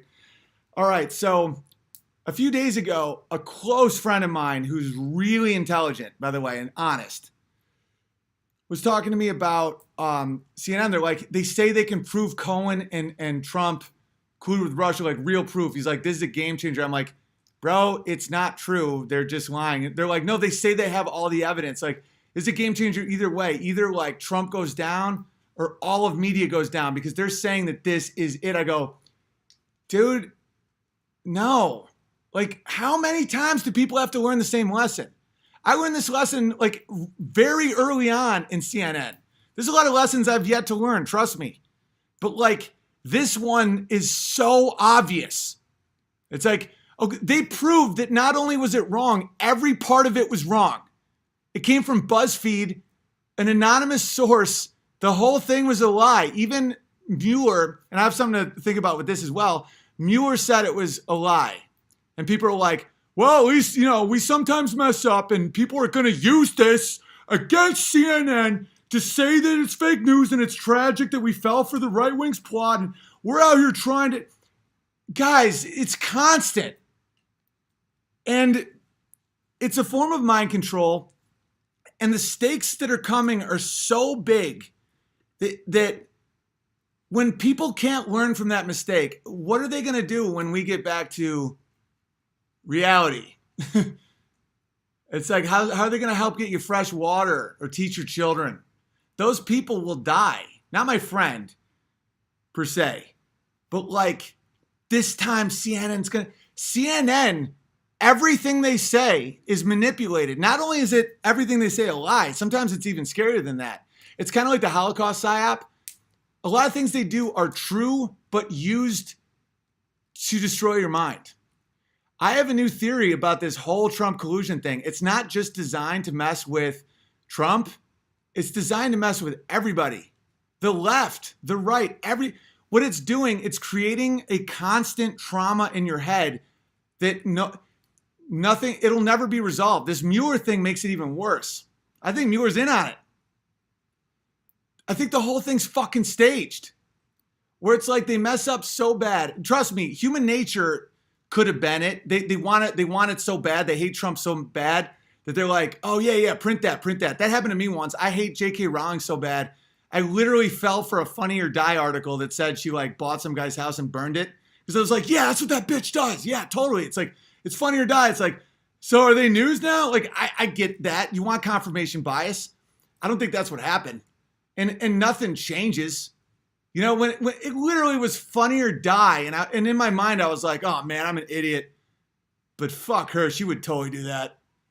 That's what I'm saying. This isn't going to turn anyone's mind right now. And I wouldn't have said this 6 months ago because it's not tribal shit.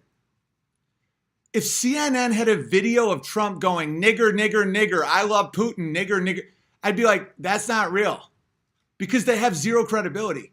Trust, community, faith, that's all we got, guys. Once you spot a liar, listen, someone could lie.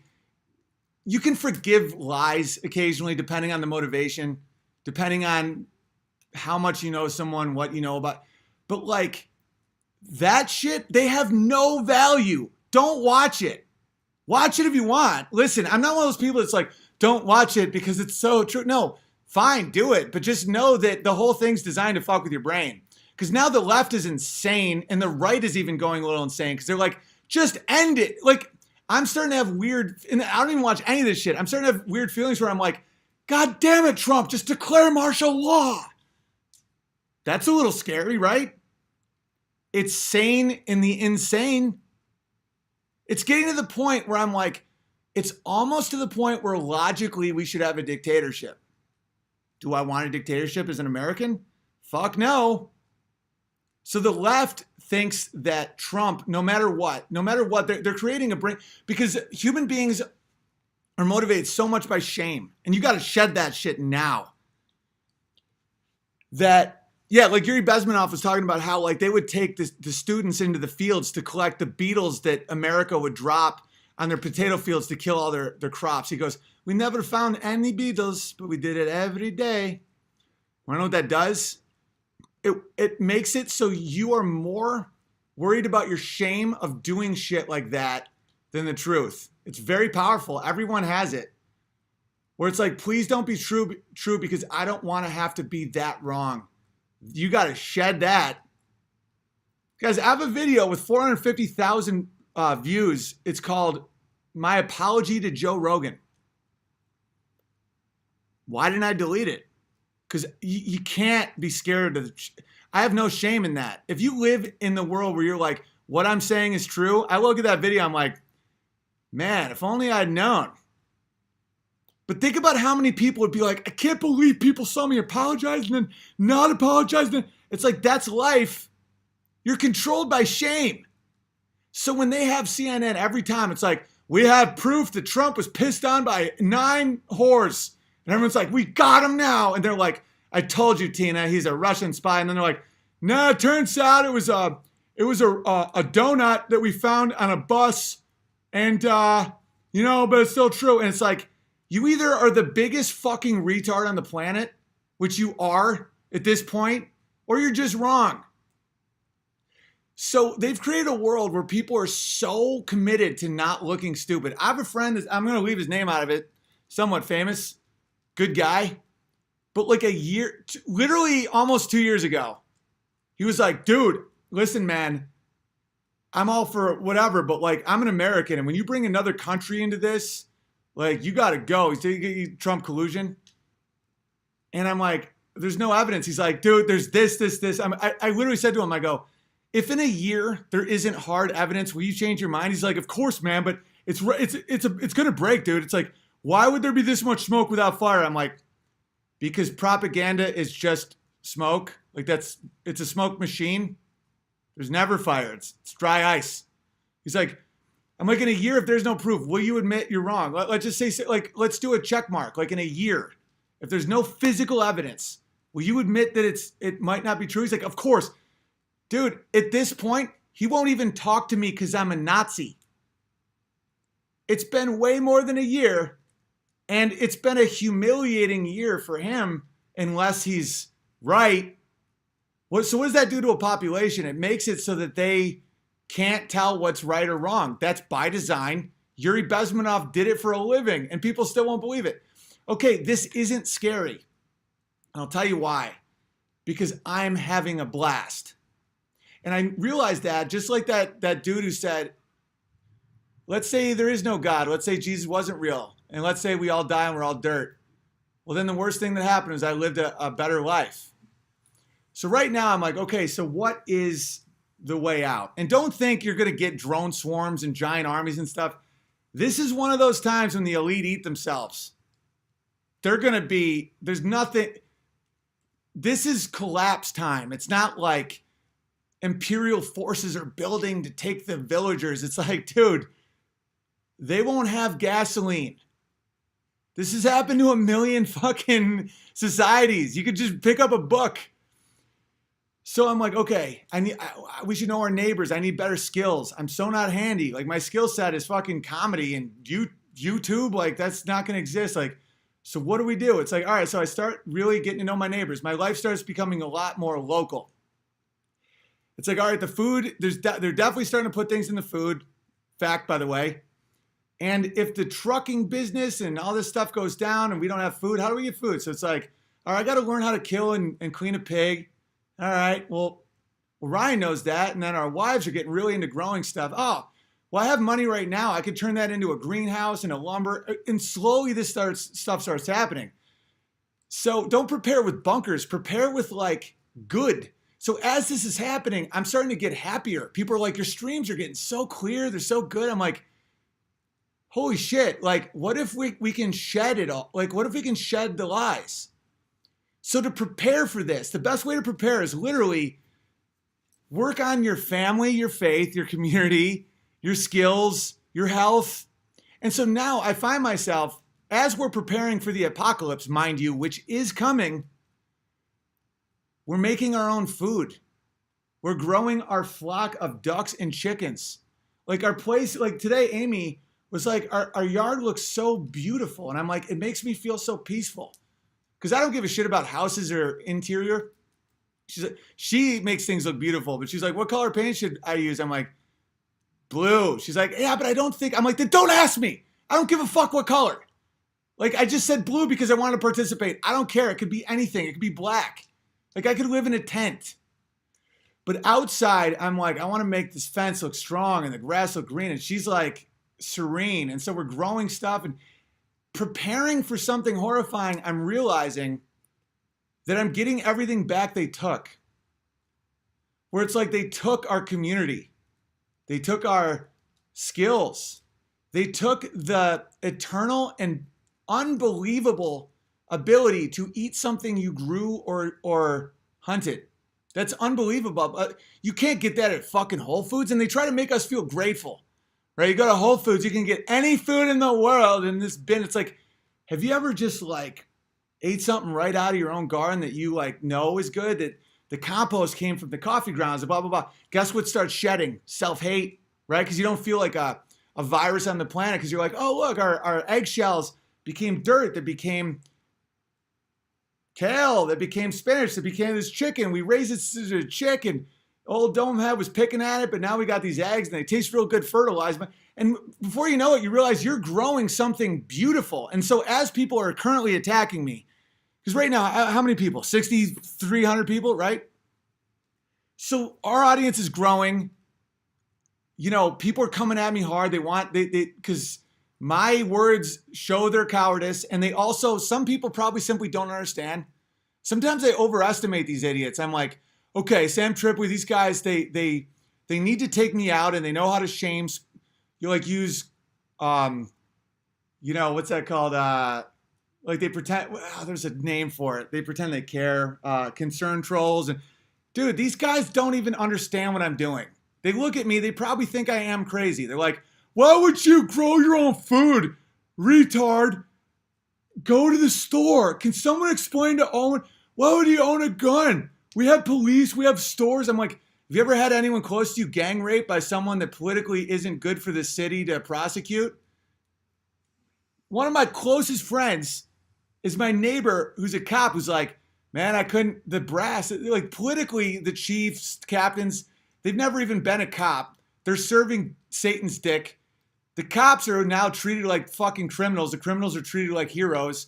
They're just like trying to do good for the community. They're like, they know some of these laws are fucking psychotic. They know that like rapists keep getting off. They're like, my buddy is like, gotta arm yourself, prepare. And he is a cop. They're not there to help us. And it's not because cops are bad. It's because the system is imploding. The chief of police is there to make, he's never probably shot a gun. He's a politician, dude. He's like, okay, so we need this demographic to appear to be, we have to lower the crime rate.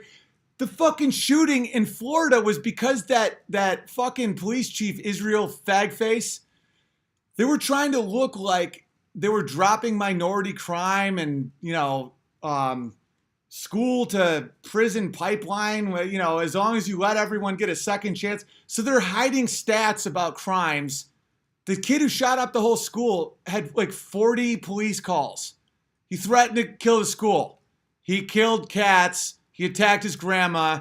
He said he was going to shoot the school. He had guns and he was like mentally unstable. And his grandma just died. It was a triggering event.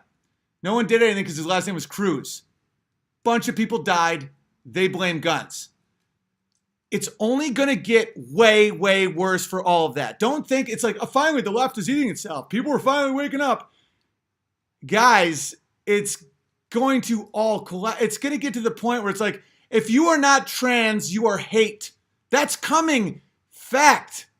It's going to get to the point where it's like, if you are married and you have children, you are the reason slavery happened. Right now, what I'm saying sounds preposterous and a joke. That will happen before the collapse.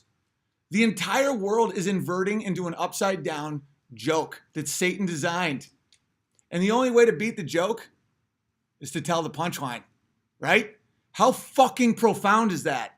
And that isn't because I'm special. It's because I'm tuned into this to the point where just saying reality feels like a drug. It's like people are like, oh my God, you're so fucking awesome. It's like, it's not me, dude. It's like we have a whole world. We have amnesia. We're a species with amnesia, right? There was a time when you knew your neighbors, when you grew your food, when you didn't trust the government, when you had a plan, when you shaped your, like I said this to my neighbor yesterday. He has a Mack truck. Here's another thing where it's like, oh, truck drivers are replaceable. If they strike, we'll just, guys, a lot of them own their own trucks. You don't understand. Truck drivers could put this fucking nation to its knees and you know it. No, you probably don't even know it. So he has a Mack truck. He makes payments, makes money, all this stuff. And he's like, yeah, I don't know if I want to keep it. He's doing fine, but he's like, yeah, it's kind of a burden. So I text him this morning. And this is when this becomes real fun for guys. When people are like, that's so depressing. It's like, are you fucking kidding me? I feel like a kid again. We're planning for like ninjas. I text him. I'm like, hey man, I've been doing good lately. So I was thinking about the Mack truck. We can't lose the Mack truck. I'm like, I'll make some big payments on that. We're going to need that Mack truck when shit goes down. He goes, buddy, no. He's like, I'm doing fine. I'm like, if for some reason you feel the need to get rid of that Mack truck, I'll pay for it. And because in my mind, I'm like, dude, a Mack truck? And right now you're thinking, but no gasoline, Big Bear. Hydrogen, guys, we're working on that too. Imagine if shit goes down and people, Joe Rogan's on a unicycle looking for a penis pump and we got a fucking Mack truck. You put a big sled in the front of it and shit. And like, he's so fucking, and I told him, I go, like, cause these people, like most people that are cool, neighborly people, they feel fucking weird if you like pay for something, but yet he gave me that fucking stove and like tons of shit. But to them, they don't care because they're like, oh, it's in our yard. I'm like, dude, that's like $800. So I'm like, well, I have money. I don't have any stoves. And people are hung up on that shit sometimes. I'm like, just know we need that truck. And like, I have money that won't be worth anything at some point. And it seems weird to just have a buddy be like, want me to pay for part of the truck? That feels weird. I know that like your instinct is like, that's weird. Of course not. And he won't accept it. I guarantee it. There's a zero chance. But I'm like, bro, don't give up the truck because you think it's weird. I'm like, I want in on the truck. I don't know how to drive one. I'm a retard. I'm a retard who's oddly good at acquiring fake money. And we're laughing because it's so true, but seems so weird. We're like, just like buddies are like, you want me to buy a truck? It's like, we're not fucking. Like, that sounds like what am I fucking Pretty Woman plot? No, but it makes perfect sense if your eyes are open. Like, we're like that truck. It's good independence for his job. It's probably, he's probably done some gross net calculations, like kind of a bird. But imagine if shit goes down and we have an engine that works off grid and a fucking Mack truck. That's when you become a bit of a warlord. Listen, I don't want to be a warlord, but like, I don't want it not on the table that someone has a Mack truck. And just think about these people just eating themselves. And how much fun am I having? And there's people that are literally looking at me like I'm fucking insane. And I get it, dude. I get it because that one, if you don't hate me and you give me feedback, it's valuable. Whether you're right or wrong or whatever. When that dude's like, I used to think you were fucking crazy and now I don't. It's weird. I'm like, bro, what I'm saying, I know it sounds crazy, but it's true and it's provably true. Like, there's no other way this is going to go down. This has happened so many times in history that you can literally read tomorrow's news today. Here's another CNN thing that just happened. So if you still trust CNN in any way, or you think snark works, like CNN, I mean, really, they didn't even fact check, like what Ben Shapiro does? Fact check. They took these like Native American Black Israelites. I don't even know. I listened to the audio on Red Elephants, but I didn't watch it. And they reported the satanic inverse of exactly what happened. And people are acting like it was a mistake. Like people that I kind of respect. I'm like, because they're criticizing CNN, but they're like, man, they don't even fact check. I'm like, are you fucking serious? So there are these like Catholic dudes, these like 15-year-old Catholic kids, and they're like textbook like Trump supporting, good-hearted, hardworking dudes. Exactly what the media is portrayed, white, symmetrical, hopeful Catholics. And if you watch the full video, literally the Indian type guys or whatever the fuck they are, they're like, hey, faggot, you're fucking Donald Trump kissed Rudy Giuliani because he's a faggot. And the Catholics are like, hey, whoa, what's wrong with that? Dude, it's exactly the opposite, right? And so the kids are like, you go back to Europe, bitch. You've only been here 3 generations. We've been here 1 million years. You go back to Europe. And the response of people is like, really? Imagine if we said that about Mexicans. It's like, guys, it's past all that. It's not like pointing out hypocrisy is as effective as chopping off your own dick. Like, build communities, speak truth, work on this shit. Like, being like, imagine, like, we're not playing by the same rules. These people are their own gods. Like, when you see it, this is why it's so hard to be atheist these days, even for like some of my friends that are like diehard atheists, good-hearted people. They're like, science disproves stuff. It's getting to the point where they're almost like treating me like a fucking sponsor. They're like, yeah, man, so like, so Satan theoretically is what? Because they're watching it get so insane. It's going to get way worse. Way worse. Not for me, not for Ryan, not for my family, because we're not playing the fucking game anymore. And people are like, Owen is preparing for an apocalypse. It's like, you stupid cunt. We're eating food we grow. I have a stay-at-home mom with a growing family. I'm learning skills. I'm taking pride in my land. I'm forming community. I'm developing stronger faith. Like, but that to them isn't their goal. Their goal is to get fucked in the ass by a horse to death. And when you realize how many people are going to die, you have to understand most of them, they're already dead. And everybody can be saved. Everybody can wake up. But they're already dead. Like, their goals in life, and they don't realize it because of so many of Satan's carrots and sticks. They've gotten to a place where they really believe worshiping sodomy is good, like good tolerance. Like, Yuri, dude, I'm obsessed with Yuri right now, but like, him talking about homosexuality, like, he was talking to a college class that had been indoctrinated by America for so long. And what he was saying was so obviously true, but even me was like, Jesus. He was like, homosexual, it's a mockery of nature. Like, you cannot put these people in power. It's like, this is like, bugger yourself in a shadow, but like, you are no use. And I'm like, that sounds so intense even to me, and I know what he's saying. Because I know that the goals, I know that like, I'm not naive to the long goal of this. These people don't care about gay people. They want people to have pride in death. And some of them know the plan, and they think they're going to be the last man standing. They're not. Like Yuri was like, someone would be in power, and then the next one would kill him. And then after that, the next one would kill that person. Like, okay, in a community, this is hope for everybody, right? And you could have no money, not have land. Dude, it doesn't matter. Community's huge. Get a game plan, get people you trust. Let's say my buddy Ryan or Phil or somebody, let's say they break their leg. I would sacrifice for them to stay alive and healthy because I trust them. I like them. They're valuable in my life. We're a team. We're a tribe, right?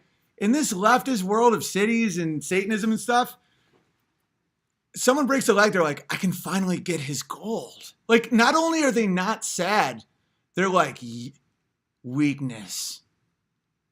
And I'm right. And you see that all the time out there. Like, no one ever had. That's why these people can't fathom me still liking Steven Crowder. They're like, you have the perfect opportunity to pounce. Why didn't he? Is it branding? It's like, no, I genuinely like him as a person. And I understand what he's going through. And I'm not driven by my own ego at all. What would you do in that situation? It's like, but you could take from him though. Like, he's weak right now. People are mad at Blaze TV and what he did to you is so cruel. It's like, it wasn't cruel at all. Like nothing at all. That's how the world works. And I love him as a person. I know him really well. And they're like, what is this trick you're doing? There's a phenomenon on Reddit where people think this is all a trick or it's all performance art. These people are already dead. They look at me and they can't fathom any type of love. This also comes from love. You realize that, right? Jesus Christ gave love, not deception. It's completely upside down.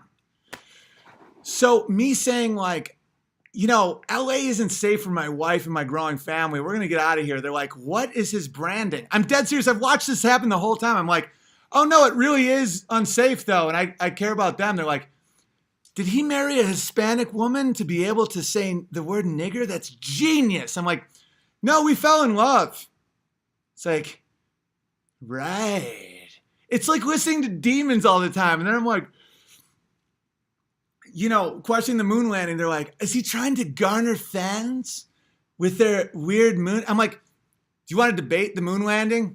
It's like, no one cares about the truth. But when you say that, you're affecting, like, what is your goal? I'm like, my goal is it's fucking weird. And I always thought we went. And it's like, really, I want to know more about it. And they're like, but how do you get gold? And I'm like watching this happen. And it's getting so bad to the point where CNN, so then these Indian guys go to these Catholic kids and they're like banging the drum. They're like, get the fuck out of here, white boy. And finally the white kids are like, they're like, they handled it way better than me. Dude, as soon as they said Trump was gay, I'd be like, Trump isn't gay. That's the funny thing. That's the funniest part is I'm way more like the people they're trying to depict. It's hysterical. Like part of me is like, why are you defending sodomy? I mean, I'm obviously kind of joking, but kind of not. But so CNN paints it, and Phil DeFranco, like even all these like alternative sites, like, oh my God, he speaks the truth right from YouTube. Dude, he literally did a whole thing about how like this is hate. Phil DeFranco, forget what CNN and all these people do. These kids are now suffering from a trauma they may never recover from. I've experienced it. I've also had the shit beat out of me many times in my life. I've had close friends die. I've had a huge trauma is a massive social media shaming. Dude, it fucks with your soul on a deep level. It'll either make you a diamond or dust. Look at Duke Lacrosse. Framed for rape, totally media driven. Those dudes are broken. They're like their whole life now is about like this shit. And they were just like kids playing lacrosse. I have a good feeling about these Catholic kids though, because they have people having their backs, and that's all you need. All you need is like a little bit of support. But they're like, look at the hate of these white. He's like, they take their lead from Trump, and we live in a world where our hate is growing because of our leadership. It's all the exact opposite. The hate was against the white kids. Like the hate was they showed class and love and they got depicted as monsters. And anybody that thinks that was an accident is already dead. You can always get out of that mentality. But like you serve no purpose. People think that being their own God makes them God. No, it makes you nothing. That's the funniest part. That's the biggest Faustian deal. It's like, yeah, you can be your own God. And by the way, you can. Guess what that makes you? Nothing. Right? It's like being like, I want to be president. It's like, fine. What are you president of? Nothing. But you're president of nothing. It's like, well, do I still have to give you my soul? That doesn't seem fair. It's like, yeah, the deal was president, but it's of nothing. Everyone's equal now, but everyone's dead. Ha ha ha ha ha. Has it hit yet? So don't view this as like apocalyptic or like you should be preparing. You should be teaching your kids about. This is what makes it so amazing, guys. This is why I'm like doing good work and I look happy if you're not crazy. The public school system is now a communist indoctrination camp that hates kids, pushes pills, and will rob your children of innocence, faith, patriotism, everything, right? Horrifying, right? No! Now's the time. I would have never homeschooled. We're homeschooling, right? I never thought I'd be homeschooling kids. I'd be like, oh, kids will go to school. It's gotten so bad that now I'm like, oh, so what's up with homeschooling? Then I find out that most geniuses and so many people, so many founding fathers, so much education comes from homeschooling. It's actually an incredible way to educate your kids. You don't have to send your kids off every day. Like, I'm excited to learn because sometimes teaching is a way to learn. That's a miracle.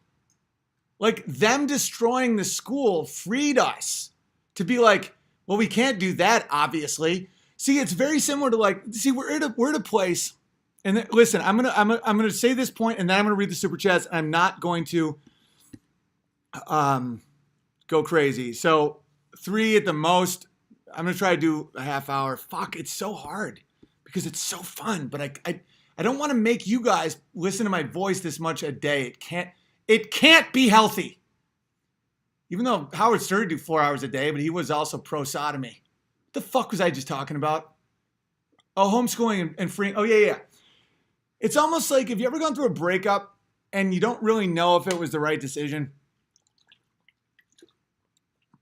Even though you're pretty sure it was, but you're like, was it the right decision? Imagine you're dating a girl and she fucks your dad and films it and shows it to all your friends. That's like, okay, I definitely am not going to date her anymore. Guys, it's worse than that with CNN. What I just said sounded ridiculous. CNN just took 15-year-old kids and painted them to be the worst people that we've been brainwashed to believe, made it public, made it go viral, and in reality, they were the good ones. That's crazier than having your girlfriend fuck your dad and show your friends. Isn't it? So anyone that hasn't broken up with CNN, it's not, they're not making mistakes. Oh, so the left-wing media, the right-wing media.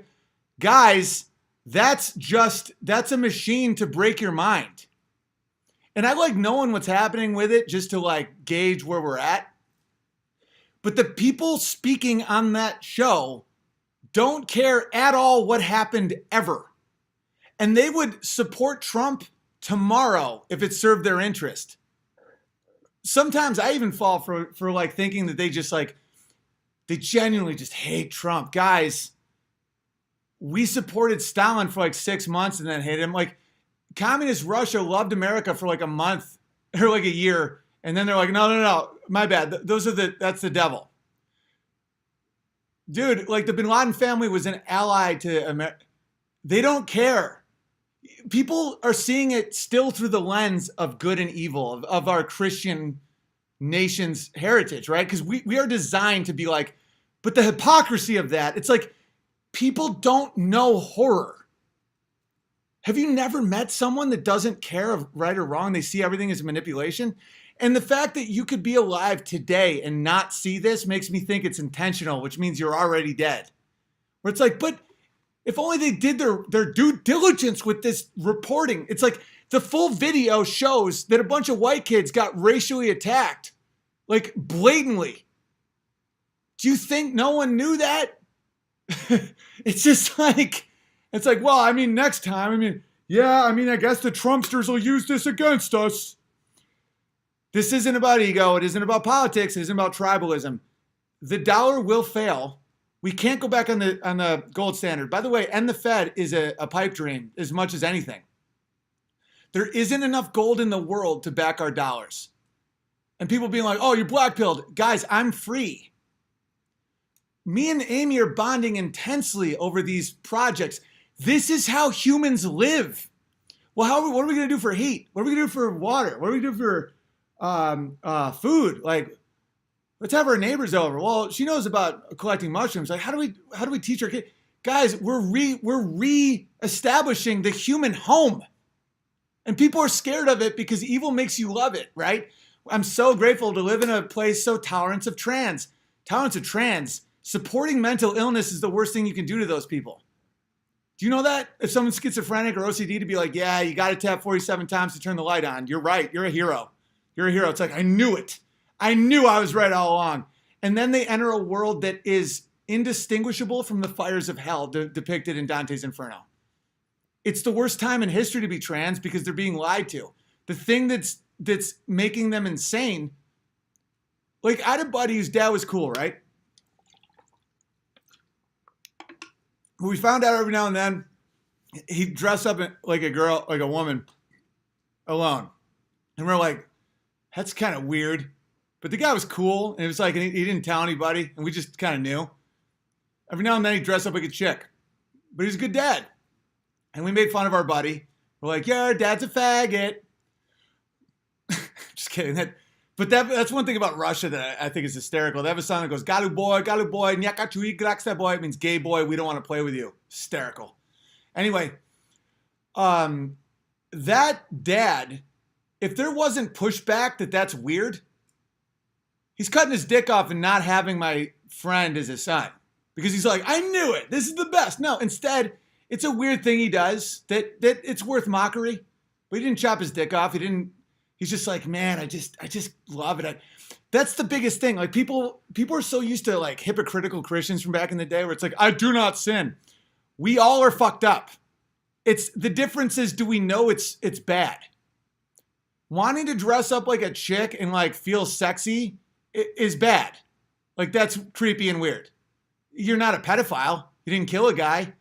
And if you slip up and wear some panties, I'll still hang out with you at the barbecue, but like we all know that's weird, right? Yes. And that keeps people in check. It's like I would love to just eat cheesecake for like hours. I know that's bad. It's like, no, it's not bad. That's you. That's who you are, cheesecake. It's like, I don't know that I feel like maybe a little, but after I eat it, I feel like guilty and I get fat and like everyone in my family died of diabetes. It's like, who are they to judge you? You do that. Guys, that's Satan. That's satanic. Like push back on deviant behavior. Yeah, and thinking you're a woman isn't real. And by the way, this is another one of Satan's funniest tricks. The trans movement is destroying women. So like this whole movement of tolerance, all it's doing, dude, the devil is dying laughing.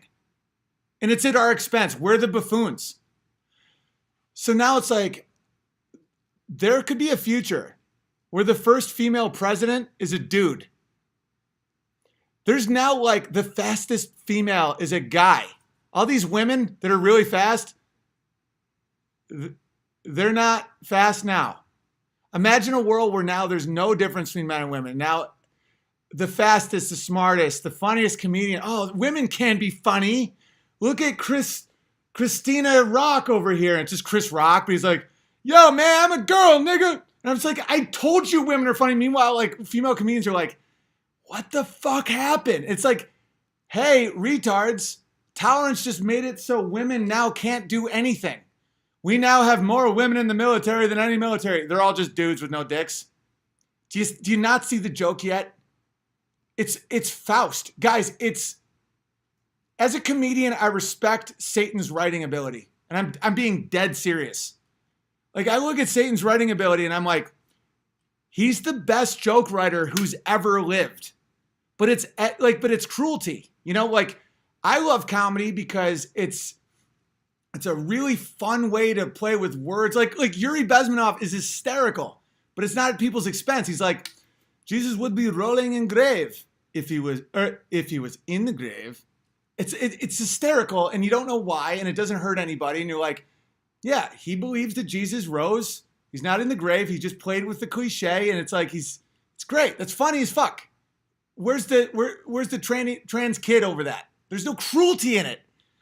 You know, there's a real cruelty of comedy that I didn't know existed for a long time. And now I realize that, and then I'm reading super chats. I'm going to try and stay disciplined. Like, listen, I know doing 5-hour streams every night is wrong. Just like the dad who wore the panties, right? I'm doing my best. It's like I'm also dealing with the fact that I feel like I'm on a great flow, but I have established that it's not sustainable, healthy, like, you get it. That's how everything is. All right. So anyway, Satan's the funniest writer of all time. And it's literally the biggest stakes. It's watching someone think they're about to get really rich and really happy and end up with no dick in a shallow grave. Ha ha ha ha ha. Satan's a comedian. And the reason all these comedians suck now, I'm starting to realize it. It's so obvious. They're the straight man for Satan. Satan's like, hey, all right, guys. Once you commit your soul to Satan, right?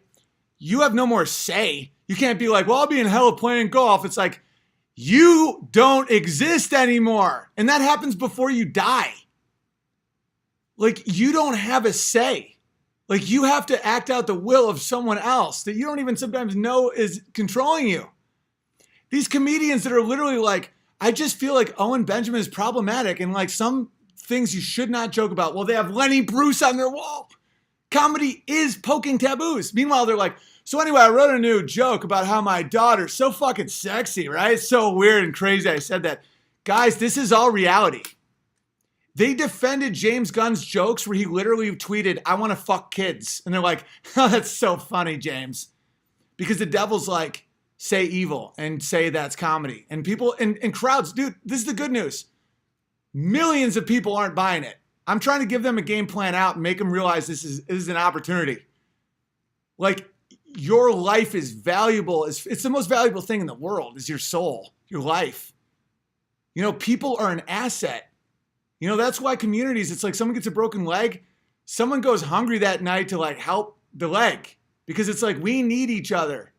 And this Satan's created a narrative where it's like humans are the virus of the earth. No, we're not. Those people might be though.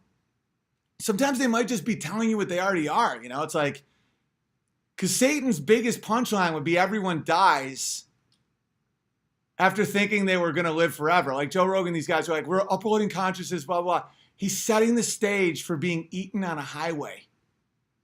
I mean, how funny is that? I mean, I don't want to laugh at that because it's cruel funny, but there is an element that everyone has where you still have to recognize, like seeing someone fall down the stairs with a top hat. You know, if like a top hatted gentleman falls down the stairs, right? You laugh. It's cruel. He's in pain, but like, it's juxtaposition. It's a guy really proud of his mustache and his top hat. He's really well dressed. He falls down the stairs. It's just a quick change. It's like you thought you're doing great, but now you're doing bad. Ha! Satan is the best writer of that. It's like, do you want to save everyone because you're the best? Well, here you go. And now you just enslaved everyone. Ha ha ha! Dude, it's the trans movement is making it so women can't do anything. That all the glory for women go to men now. It's hysterically funny. And have fun with it. It's like, once you realize this isn't scary, it's horrifying, but there's always a way out. It's freeing too. It's so freeing. You can see the humor in it. Don't take pleasure in the humor. But like, when you get to sit back and be like, Sam Tripoli is an Armenian pimp with no family and acne. And he's worried about me. I'm like, that's fucking hilarious. There would have been a time when I'm like, everyone's coming at me, man. Like, Sam Tripoli, I was friends with him. Like, his comedy store, like, but there was I still wouldn't have knelt, but there was a time when I wouldn't have seen the comedy in it. I would just saw the threat. Now I'm like, that little dude doesn't even have ducks. Like, we don't speak the same language. Like, what he has pride in, I see as, like, literally child pathetic behavior. Like, my 2-year-old son has better manners and understands right and wrong better than these people. These people are like, well, I want to fuck now. And according to, like, modern world, like, I get to identify. Okay, last thought, and then I read Super Chats. Do you want another insight into why homosexuality is so wacky and not good? I'll tell you in 1 second. I got to put more. I'm cold. I'm a cold man. I'm a big man, but I'm very, very cold. Am I out of? How did I run out of wood? I just had a ton of it. It's all right. That'll help me not go too long. Okay, so, and I know you guys can tell I'm having a blast because you realize it's freeing. I don't know. What the fuck was I just talking about? What was I just talking about? Guys, talk to me. What was I just talking about? I got to finish that one thought, and then I protect the kids at all costs. Joe, More fire. I can't. That I identify as self-serving. Oh yeah, homosexuality, right? People nowadays are like, listen, I'm friends with a lot of gay people, and they think that makes them sound good, right? I actually am friends with some gay people. Not proud of that fact. I'm like, yeah, he's a great guy. I mean, he is also a fucking sodomite. But listen to how fucked up the gay life is that you don't get to think of, and it's not your fault. It is your fault at this point, probably, but like, you're trained to think loving gay people makes you a good person. That's insane once you see through all this shit. It's like, I know gay dudes that we used to laugh because I didn't understand that falling in love with yourself and like is so horrifying. That's the root of all this shit. It's like, my needs come first. Oh, Satan just goes, yes! I'm open to anything because I want to experience everything. It's like, who's protecting the ducks? Guys, I'm feeling incredible joy and purpose from this life. Like those people that are like, I just want to feel and I deserve, they're miserable. Me protecting ducks, I'm like, I fucking protected ducks. And they're like, it's not about the ducks, it's about me. My name is Diane.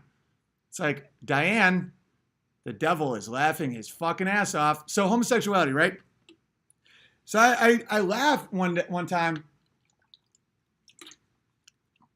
This is this gay couple I knew.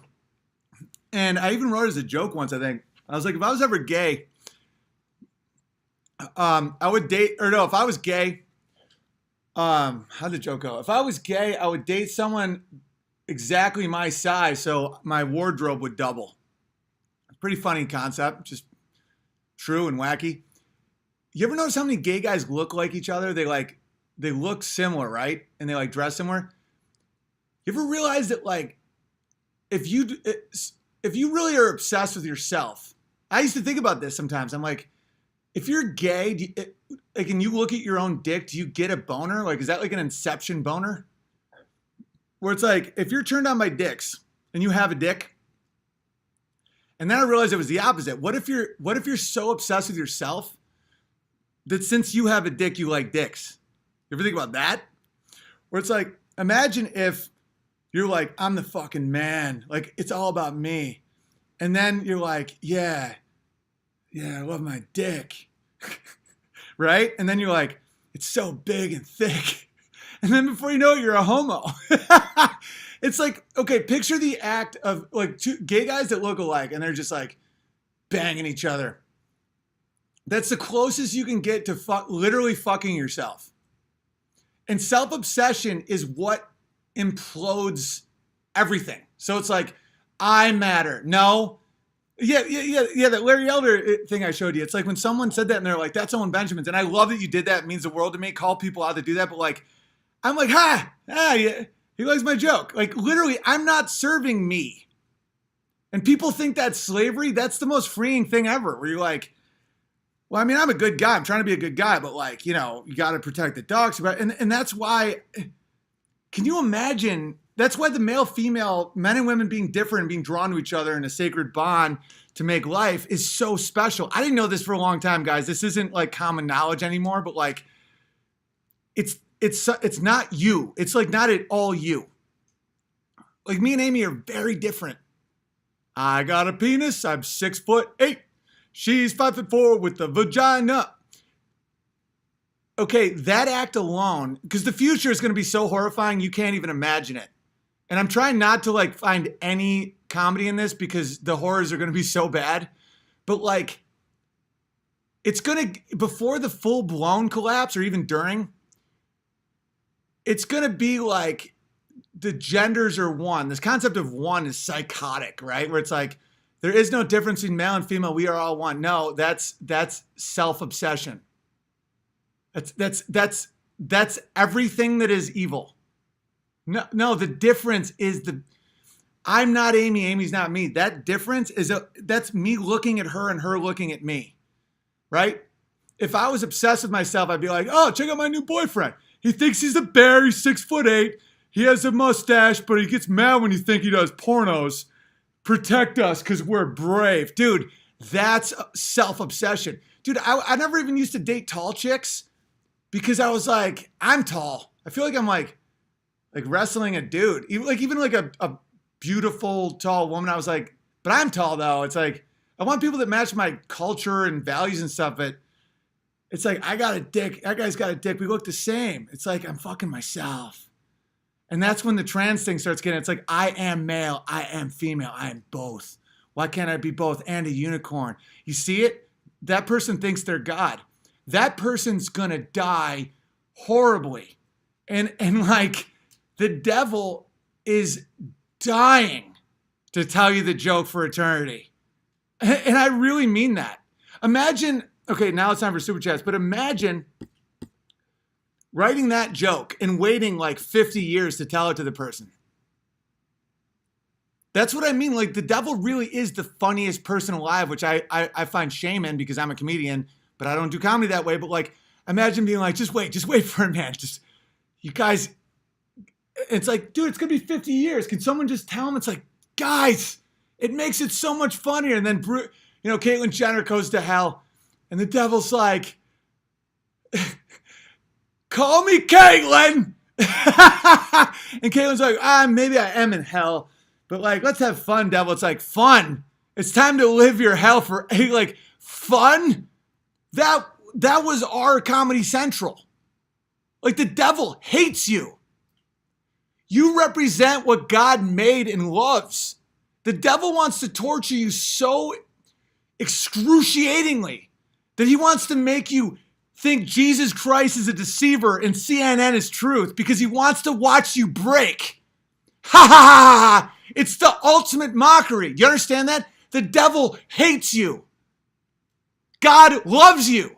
But yet for some reason, it's like, I'm feeling, Luciferianism is so 2019. It's like, it's accepting your own self-hate.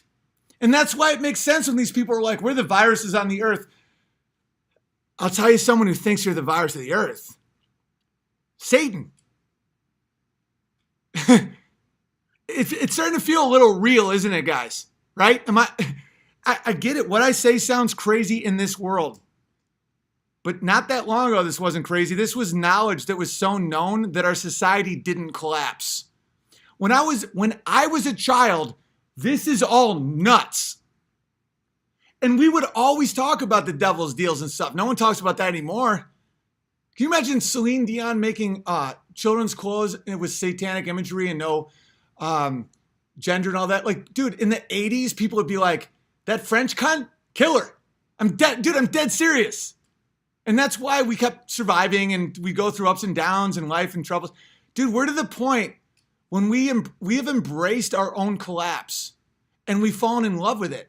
It's like tolerance, trans rights. It's like, it's literally saying, we suck, we die, we hate, we're viruses. The devil has made you love your own self-destruction. Think about every talking point. Environmentalism, global warming.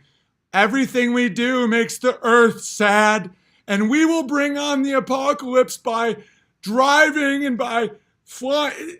Meanwhile, they fly on their planes, and all these fucking people, and I was one of them, I get it, I forgive. But like, it's like, yeah, meanwhile, Leonardo DiCaprio flies in a plane, but yet he's talking about global warming. I'm like, do you think hypocrisy matters to someone who's their own God serving Satan's Punchline? They don't fucking care. Like, they do feel like viruses. They probably believe in global warming. That all makes sense. But like, if they're contributing to it, it makes them like, it makes sense to them. A guy, like not that far away, died getting fucked by a horse. It's like, oh, just a sick guy. I mean, he wanted to be fucked by a horse. Like, Leonardo DiCaprio is drawn to like being in a gas guzzling plane as he tells the world that we're all viruses. Guys, we aren't viruses. Satan thinks we're a virus. Satan wants us all to die. Satan's full of envy and hate and rage and sloth and lust. He's fucking hysterical. But like, there's another way, and it's so much better. It's like, it's the greatest time to be alive. You go into a supermarket and you can have this box of chemicals or this box of, I mean, I've fallen for that too. I was like, man, a king in France didn't have what we have. It's like, as I've been designing my garden, I've been looking at ancient gardens and garden designs and stuff. I love Mount Vernon. Can you imagine a world where you wake up, you go outside, you look at the things you're growing, you come up with a recipe, you pump some water out of the ground, no fluoride. You don't even have to think about someone tampering it. It came from an aquifer right under you. That's what we have. And then you make it with your family, you pray, you say thanks, and you have an unbelievable day. Then you go, work with the animals, you see life, you see death, you understand that. Guys, they took that. Like, we are thankful for death. There's only one entity in the universe that wants that. We were created by God. He loves us. Satan fucking hates us. Who do you think's running the show? But here's the thing, Satan has no power. Satan, just like God, requires us to make the decisions. That's why I'm not killed. Like I thought about this. I'm like, holy shit. They really do make you do it. God and the devil. It's like the vampires have to be invited in. And I get it because they're not in this dimension. So like they can't just be like, oh, I'm going to kill all they have to be like, it's a chess match of the soul. It's like, the devil's like, all right, I'm going to make it seem like you hate guys on rollerblades and guys on roller skates are just getting killed by like, family-oriented stereotype, but we make them look scary. And you like hate these vulnerable, artistic homosexuals that merely just want to love a man. And God's like, guys, don't fall for this, please. And the devil's like, it's structured so that like you're seen as like you hurt the vulnerable unless you embrace sodomy, sexual deviancy, and sex with children. God's like, there's no way they're going to fall for that. The devil's like, they're buying Priuses. And God's like, don't they know the minerals are just mined out of Africa and the wars? They're like, social cloud is getting bigger than you, God. And God's like, humans, please don't be Babylon again. And the devil and Satan's like, Babylon. This is happening all the time.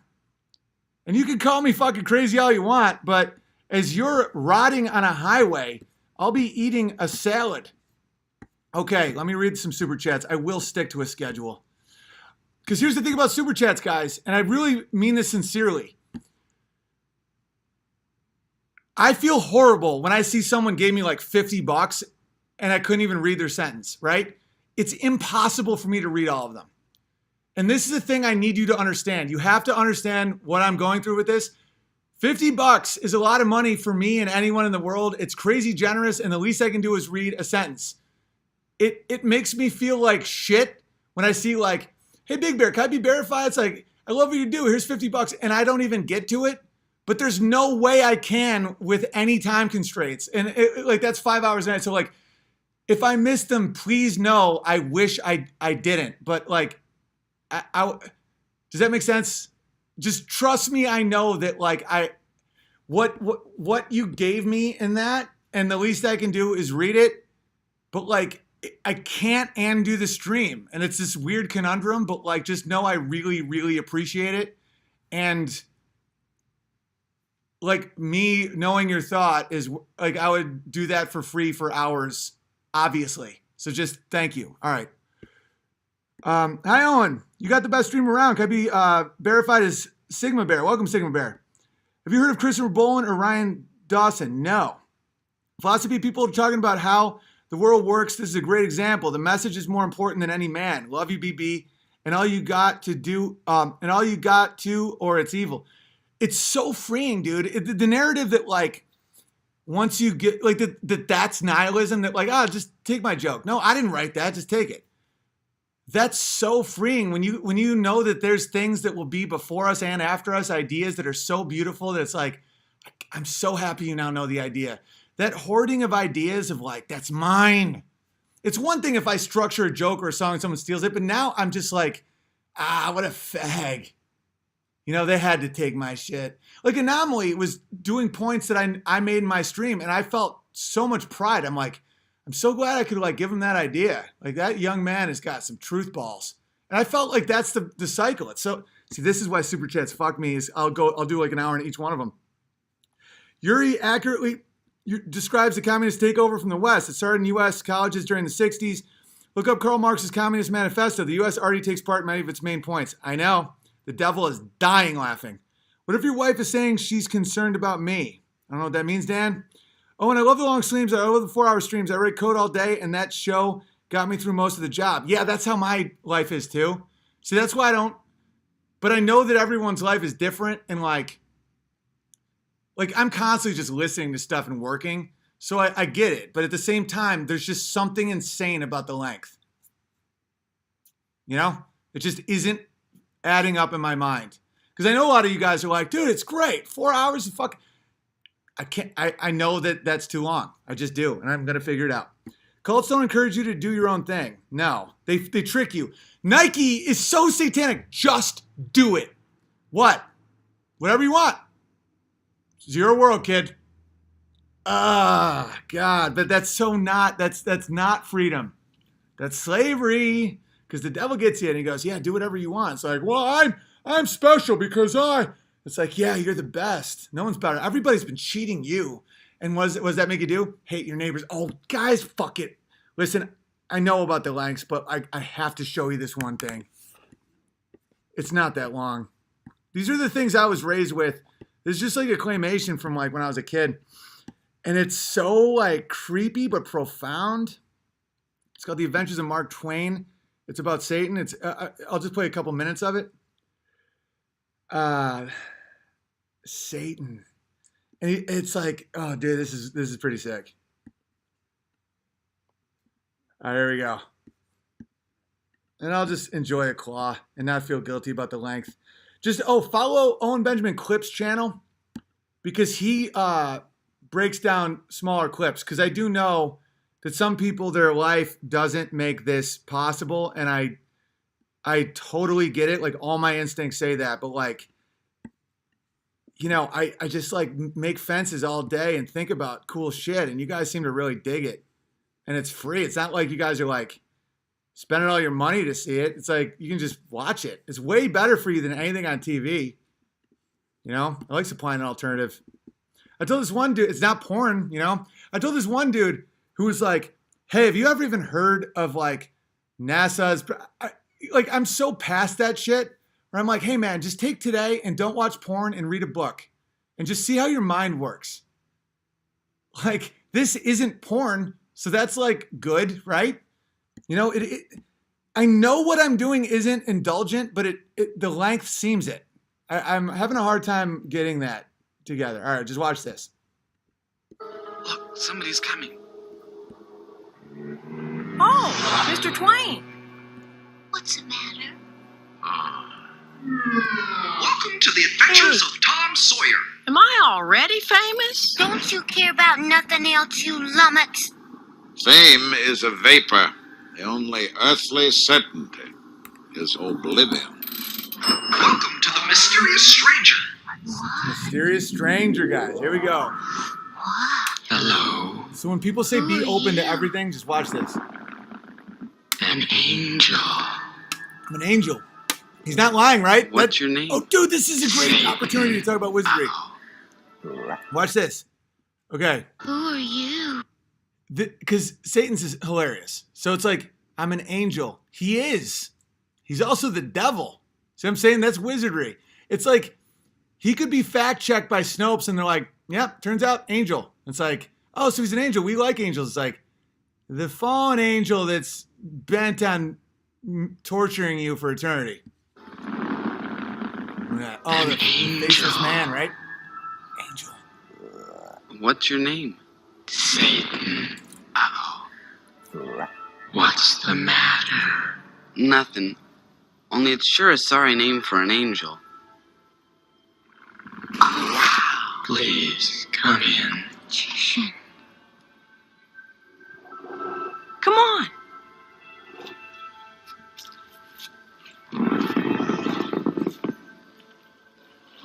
Amazing. It's like an island.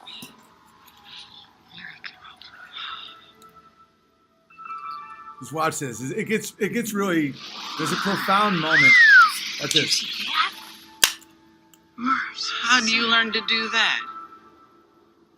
I didn't learn it at all. It comes naturally to me, like other curious things. Are you hungry? Sure am. I mean, that's if you study wizardry, this is really well written because it's so exactly what Satan would say.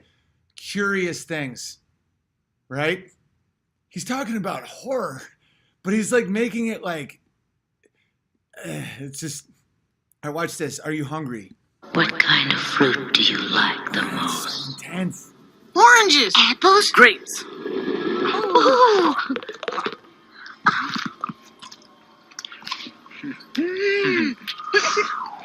Notice he asked which each of them, what's your favorite? And he provided it. So now it's not like, it's like mine is this. And now they're like, I get mine. You see what Satan does? It's amazing. This used to be like seen by people. Now it's like, I'm trans and just watch this. Where'd he go? What happened to him? There. Oh, boy. Can we help? You may make some people. I'll make the king and queen. I'm gonna make a soldier.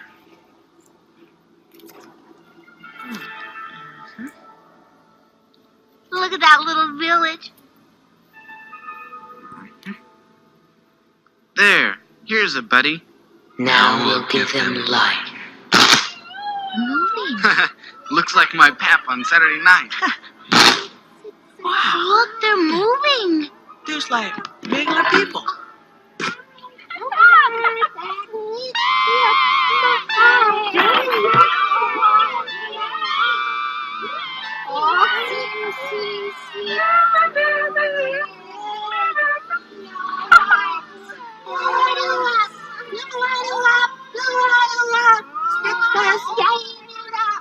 I mean, it's so intense. It's called The Adventures of Mark Twain.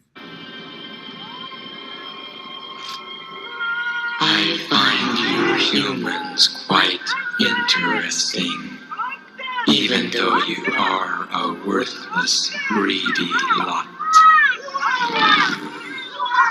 How annoying that sound is.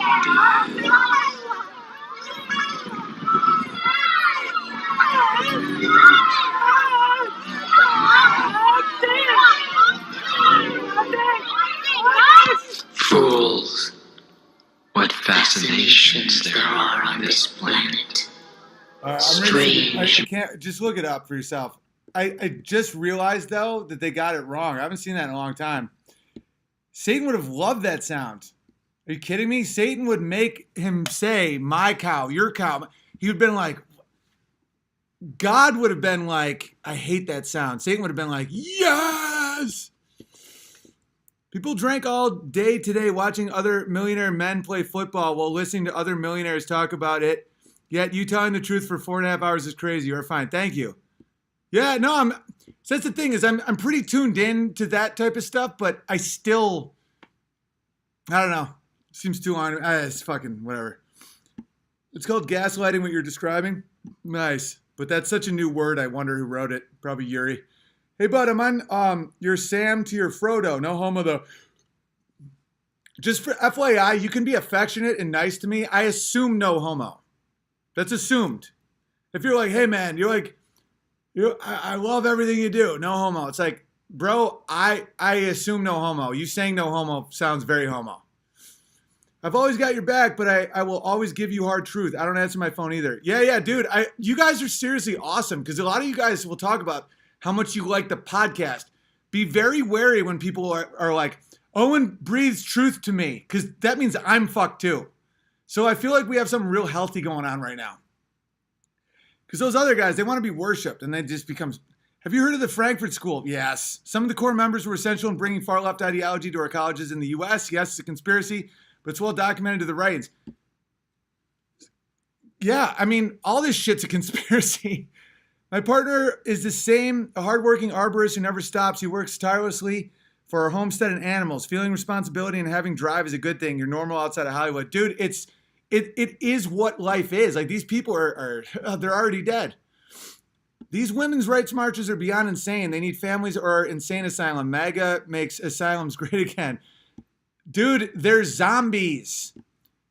Women's rights. Let men take our glory. Put us in a cubicle. Kill our babies. Make us the same as men. It's satanic humor. Let's keep the channel growing. Hell yeah. Hit the like button. Hugepianist.com, by the way, for my stuff. I'm getting real cold, by the way, so I don't know if I'm finishing this. Have you heard the podcast Revenge of the Cis? They are talking shit. Said you're nuts. They had your back on SC, called him a sociopath. Who's SC? Anyways, thought it was messed up. Love you, BB. Dude, I don't listen to any of that shit. I'm too busy having a great time. Like, I get people to like tell me what it, like the bullet points, so I know war strategy and stuff. Dude, I'm not listening to these people talk shit about me.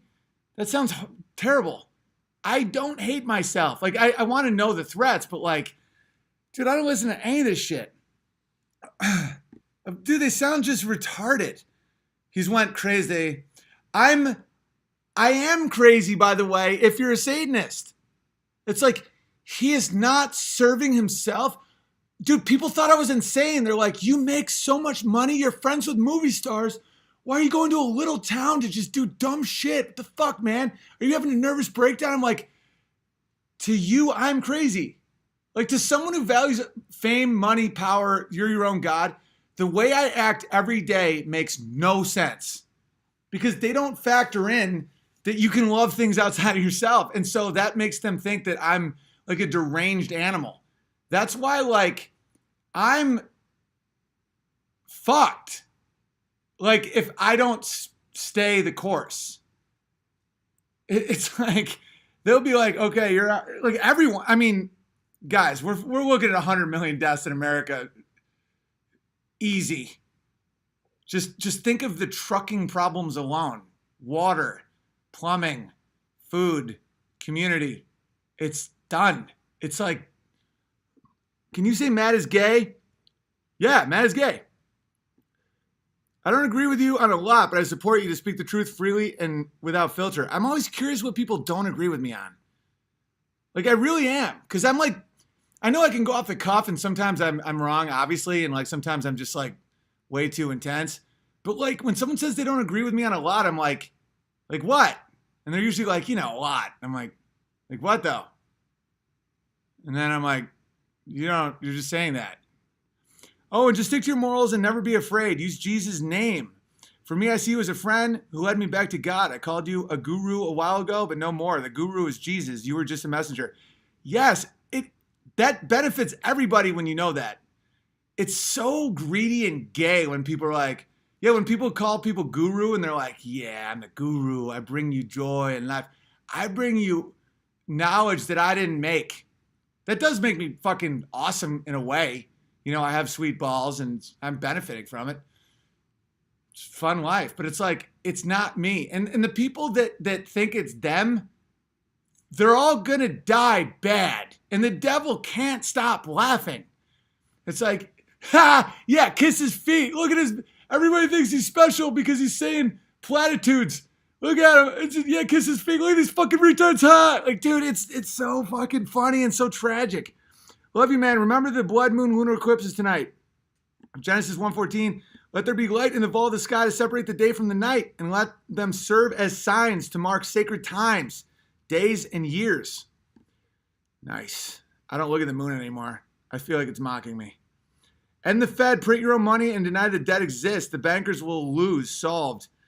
I'm curious about that as well. What do they have on, like, see, that's what I don't understand. That's why there's something I'm missing completely in the process, because if we're acknowledging the debt, then they have something.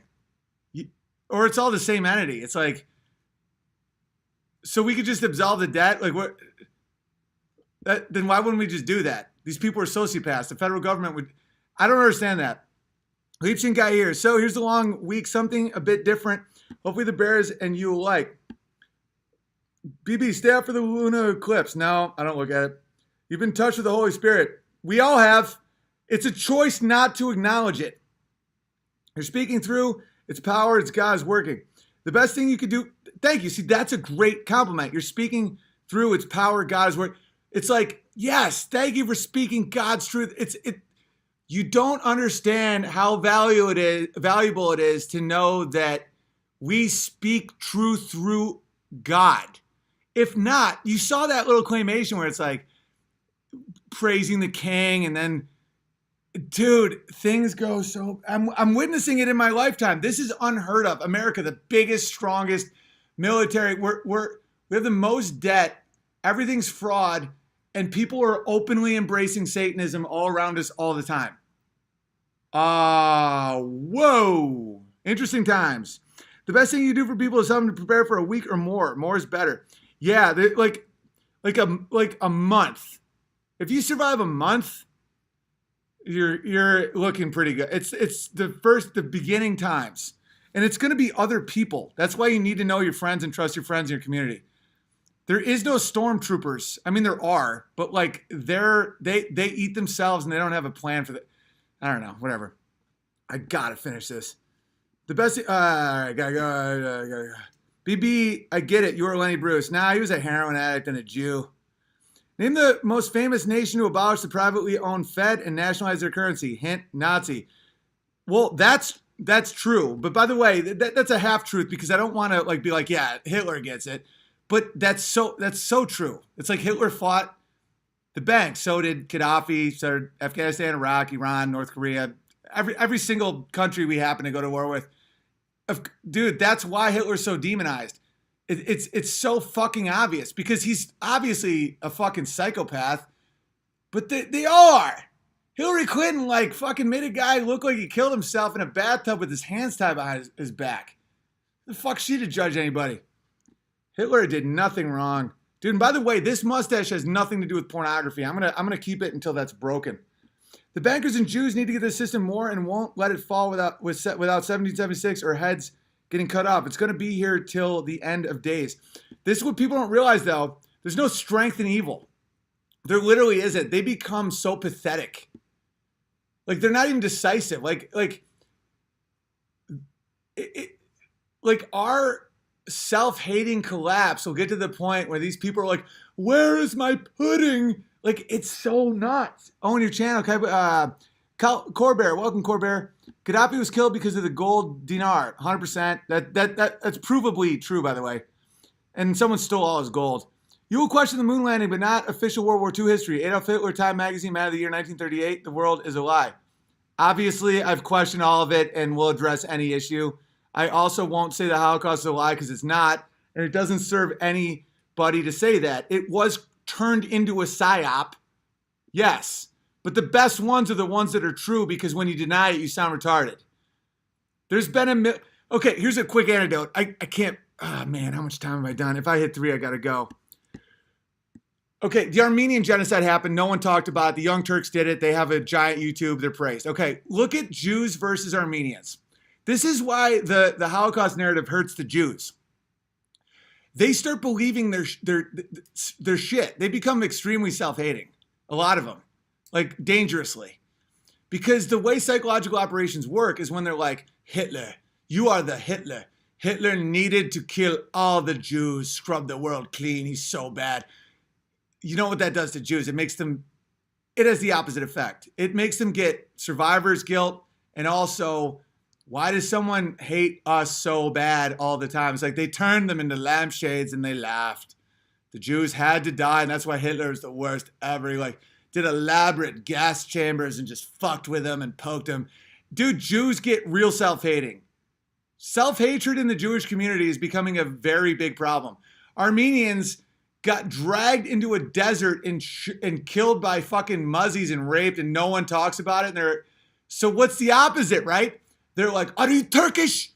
You sand cunt. He's like, we are Armenian. It has the opposite effect, right? They're like, we are Armenian. Jews are like, I mean, we should have open border. It's so ironic. It's like the fact that no one talks about the Armenian genocide makes them be like, we're fucking Armenian. You know, they're like, if you're Turkish, you get out. And the Jews are like, I mean, what does up and down even mean? Because everyone's like, Hitler, Holocaust, Hitler, Holocaust. It's like, of course it happened. That's the psyop, is when you deny the deception and you go too far and you say the Holocaust didn't happen, you sound retarded. But if you deny that it's a psychological operation, it's Stalin, Pol Pot, dude, this is how history works. You sound retarded. It takes like an hour. That's why my streams are going so long. I tell you why my streams are going too long. Because to break some of these spells literally takes time. Like one of the big problems is like, when you explain the psychological operation of the Holocaust, it takes a little time.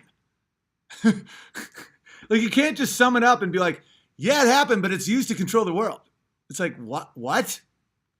All right. Look into Weimar Republic in Germany, then look into San Francisco and LA. Oh, I know. They embraced trans right before. Yeah, I trust me, I'm on board. Those that hate the truth, that throw stones, use them as steps. Those that hate truth throw stones, use them as steps. Perfect. Oh, and love your channel. Can I be verified as... Oh, I read that one. Will you see a full-blown fascist leader in the next 30 years? We will see a full-blown... He will be celebrated as a savior. His rise to power will be a direct result of the left far pushing on Western society. Yeah, but there's... Yeah, kind of. I'm telling you, this is the biggest currency fraud in history. I think that there's going to be some other shit going down as well. Vox is a faithful brother. He cares about you. Hold on to that friendship and trust him. He's an honest believer first. Yeah, he's a great dude. Yeah, so's Crowder. That's the thing. People that don't understand like just good friendships, they literally like, well, I turned on you, so how do you use them? I'm like, dude, you're already dead. How do you not just like people? Big Bear, you need to get in touch with POTUS. He gets you building the border wall. We'll secure in a month. God bless, brother. That's hilarious. Dude, I'd crush on CNN. Are you kidding me? My rhetoric game is strong. Watching this stream while the moon turns to blood is epic. Biblical. Amen. Oh, dude, that's so intense. Thank you for what you do. Thank you. Hey, Satan, leave them kids alone. Trans medicine was invented by gay Jews. Look into it. Of course. Of course it was. Thank you, Big Bear. Thank you. Where's the safest place to live in the U.S. now? Where you know your neighbors and have water. Dude, I'm telling you, dude, it's all about communities. Like, people are looking way too big picture. They're like, well, what, do I have enough lead to secure a blast? It's like, dude, the way is the way it's always been, that it was taken from us. This isn't about survival. It's about waking up to life. I pray it doesn't come. There's certain people that almost are looking forward to the collapse. I'm like, the way to survive is get off the Satan's dick drip. And then if it never comes, which would be awesome, you happen to just have an awesome life and reconnect with what makes you human. You know, there's a sickness to the fetishizing of the apocalypse where it's like, when it comes, I got the 50 cows, no one will be able to come here and I'll be able to do what the fuck. There is that. That's no good. You got to think like survival is waking up to life. Like life is survival. Like get in touch with what makes your heat. Get in touch with where your water comes from. Guys, it's like preparing for this collapse will give you a beautiful life. And that's so beautiful. That's God fucking winning, right? That's why sometimes it takes someone a little fucked up like me, like a comedian, to beat a comedian, where it's like, I see Satan's joke and I know how to ruin a joke just as well as I know how to make a joke. It's like, imagine Satan being like, yeah, be proud of the fakeness. And then they're like, oh, wait a minute. That guy likes his ducks, but movie stars are calling him a Nazi. You ruined the joke. And it's not like Satan is like scared of me. He's just like, you fucking ruined it. Because he's sitting there for eternity just feasting on souls, gluttony, right? He's like, he's got plenty. He'll get plenty. But he's like, man, that was so funny. It took like 1913, the Fed started. Dude, that was the longest setup ever, and you had to fuck it with your stupid chickens. Because you can't win when you play the game. I'm a comedian. I know how to speak evil. It's like, if you engage in Satan's joke on his terms, he'll laugh. If someone heckles me, they've already lost. Do you understand that? You ever like go to my shows or someone's like, wow, did you plant that guy in the audience? No. They've already lost. They just don't know it. Because they don't have a right to do what they did. Now it's a puzzle to figure out how to invert it. Right? So don't engage with the devil. Like when someone yells, hey, fuck it. It's like, and people are like, man, that was so crazy how you won. I'm like, every time I win, because they've already lost and they just don't know it, because they've already crossed the social boundary, I have to figure out what they're proud of, how to invert it, and how to make it so I fucking destroy them, but also someone would want to have a beer with me and not be scared of me. Hey, by the way, that's my art form, so good luck heckling me.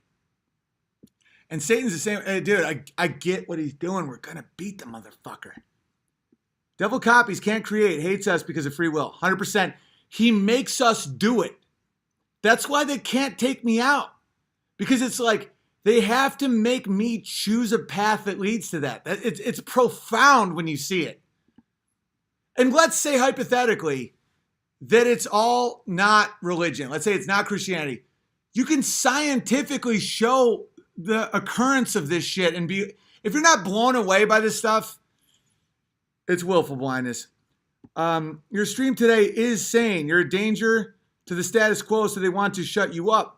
You don't kneel before them. You have kudos influence from being in Hollywood. You are a danger in the way Assange is, thank God. But here's the thing. I don't feel like I'm in danger, really. Maybe that's naive.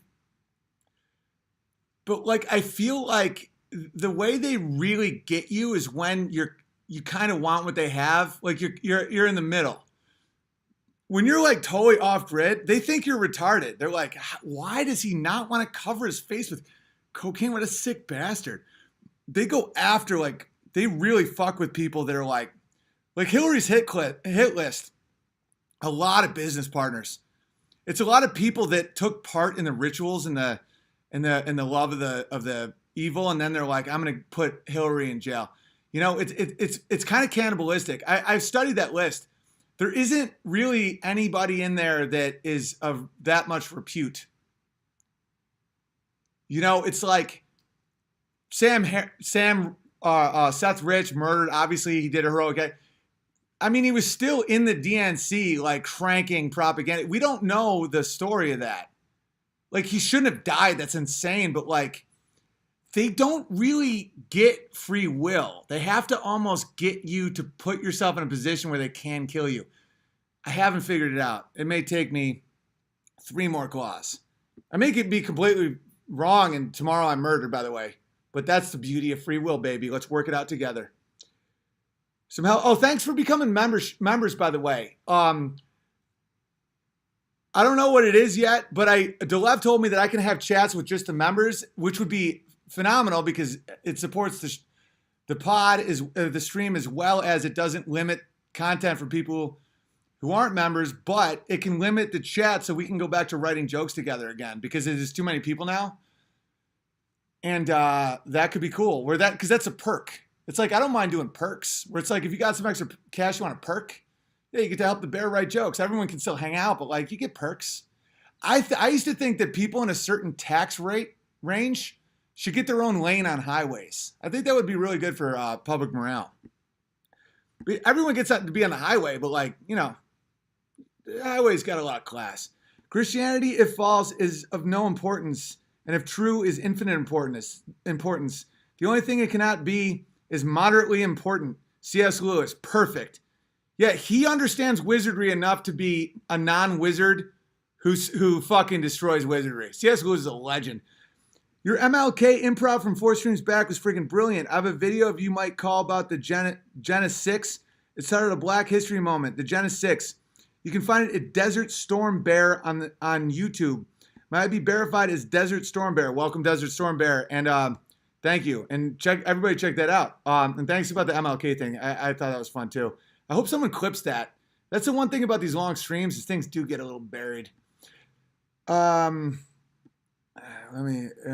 Dark Journalist talks about how we are currently in the Matrix and Satan is harvesting the souls of weak and eventually will leave Earth with his dominion in a future effort to harvest more souls in the universe. Well, that blows my mind. See, I'm actually not that open-minded to weird.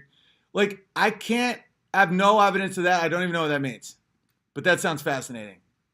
6,000. The truth is contagious. Homeschooling 8 kids on single income confirm name, please. Homeschooling 8 kids on single income, confirm name, please. Well, good for you. I don't know what confirm name, please mean, though. Joe Rogan, anagram, Jew nigger. Coincidence? Obviously not. Oh, and check out Paul Harvey's talk about the devil. I played it on the stream. I will tomorrow. The CIA brother story was from the Phoenix Enigma.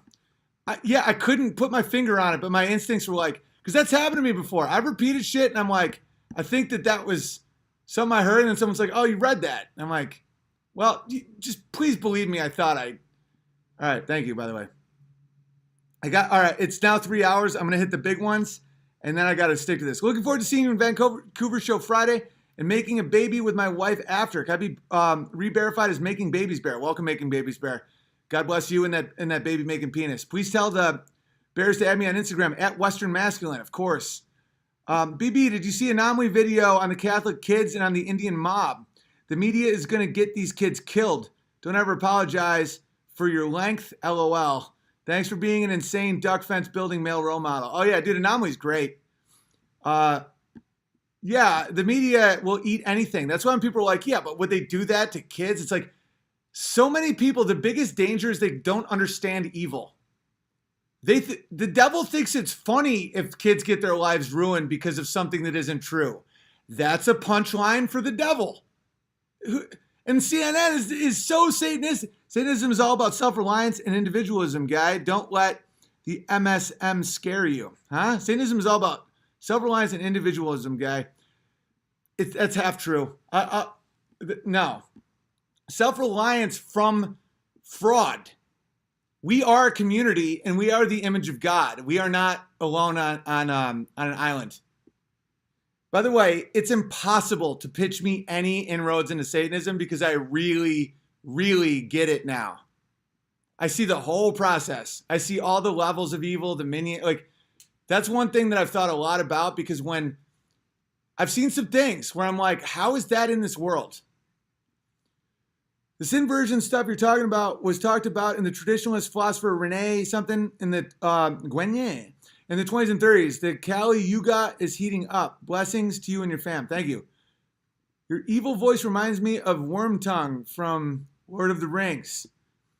Dude, worms. What about Wormwood from Screwtape Letters? It's like something about worms that people are... Satan, the agent of deception, a hungry lion searching for the weak of spirit, hates God's creation since he copies and can't create. Love of self opens your portals to him, BB. Is speaking through Holy Spirit. God uses who he needs. Dude, thank you. And it's very Cain and Abel. It's like the devil doesn't understand that God doesn't give a fuck about his stuff. You know, it's very Cain and Abel, where Cain's like, why does God like Abel? Does they say that I have a Prius? And he sees it as so unfair because he doesn't understand that God's like, yeah, but you're a dick. He's like, but I have so much stuff. And that, like, Satan is an internal hell. Like, Satan is, that's the thing, is these people inflicting on everyone. Satan can't understand. He's like, God, I'm so attractive. That angel is a fucking ugly cunt. And I'm musical and super good looking. God is an idiot. And God's like, no, Satan, you are looking at the wrong priorities and currency. You do this every time. Imagine if someone's like, I have 50 worms and you only have one apple pie. By the way, I'm a robin. I'm a bird. Imagine a bird looking at a human being being like, dude, look at all the worms. And you're with an apple pie. What a fucking idiot. And the human's like, bird, I don't like worms. And they're like, okay, so he's now crazy. It's maybe that's why my streams are long right now, and they'll settle down. I'm having an enlightenment time in my life. And I'm having as much fun as any of you guys watching. So I'll just straight up like, I can't believe I never saw that before. And that's why I know something's coming through me. Like this is ancient knowledge, because like I couldn't have thought that up. Like that's like, I'm like playing music. Like when I improv on music, sometimes you feel something else. You know, Bach was all about that shit. And it's fascinating when you really, evil is when you go, yeah, I'm the man. Look at that. I'm crushing. Like what I just said was so fucking awesome, to the point where I didn't make it up. It's like Satan doesn't understand good. It's like That's fucking insane. Because the cackling, snarky, satanic demon who's literally laughing at us as we make trans people heroes and women seen, like women acting like a stay-at-home mom being a woman is seen as pathetic.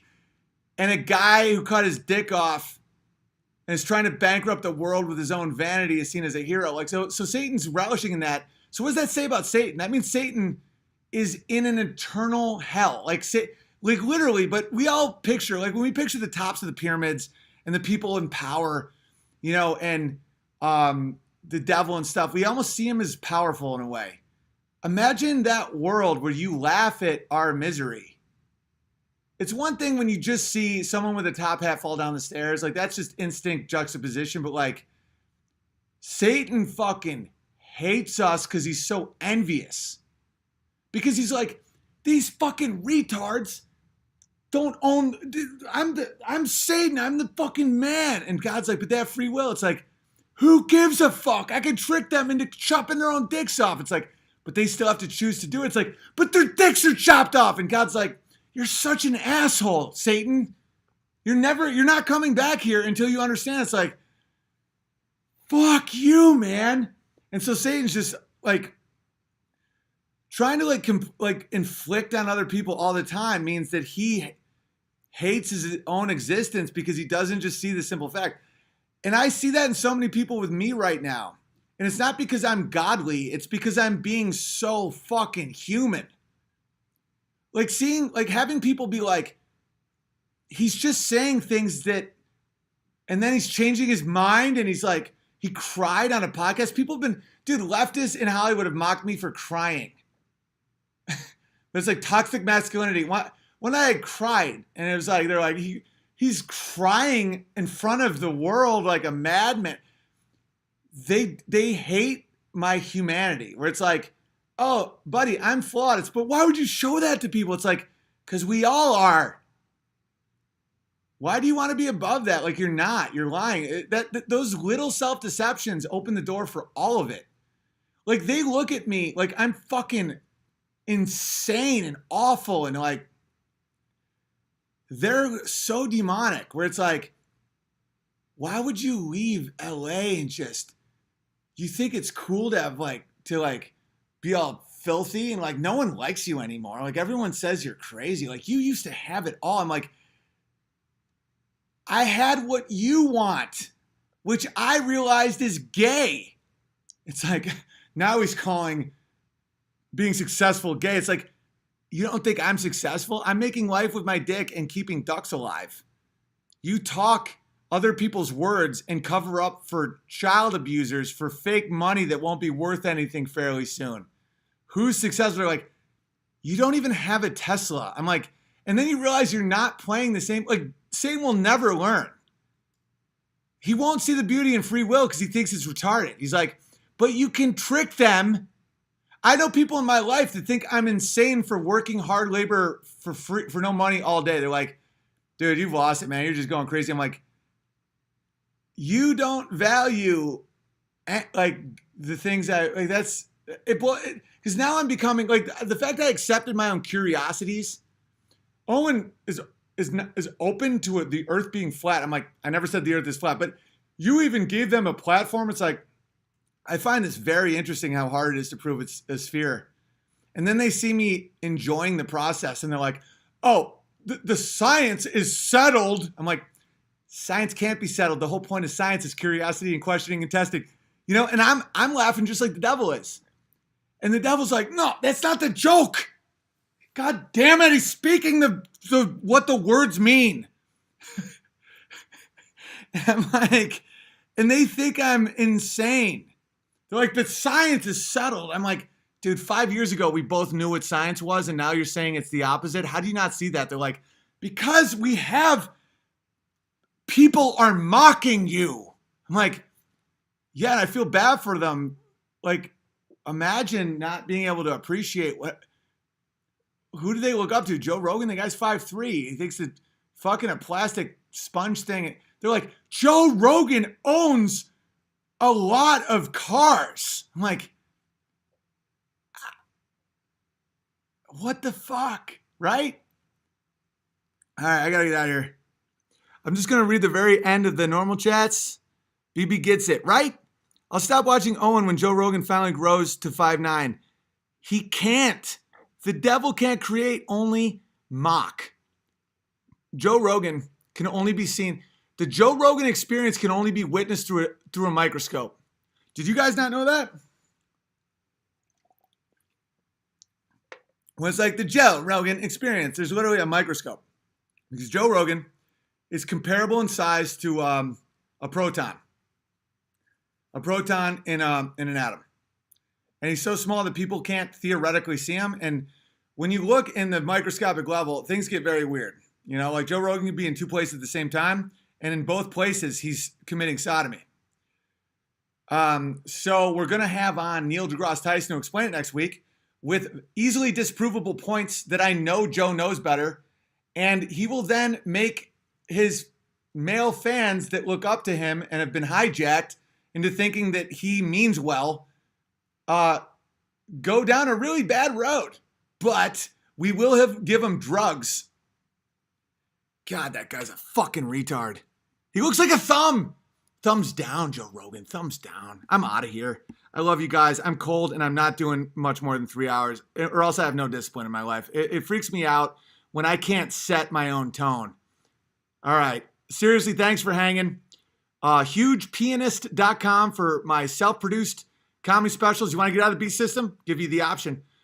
What else? PayPal.me/feedthebear if you want to make a donation. This is all crowdfunded. Don't feel pressured at all. The people who get it, get it. The people who want to support and they have the little extra, send some resources to the front line, but if not, focus on yourself.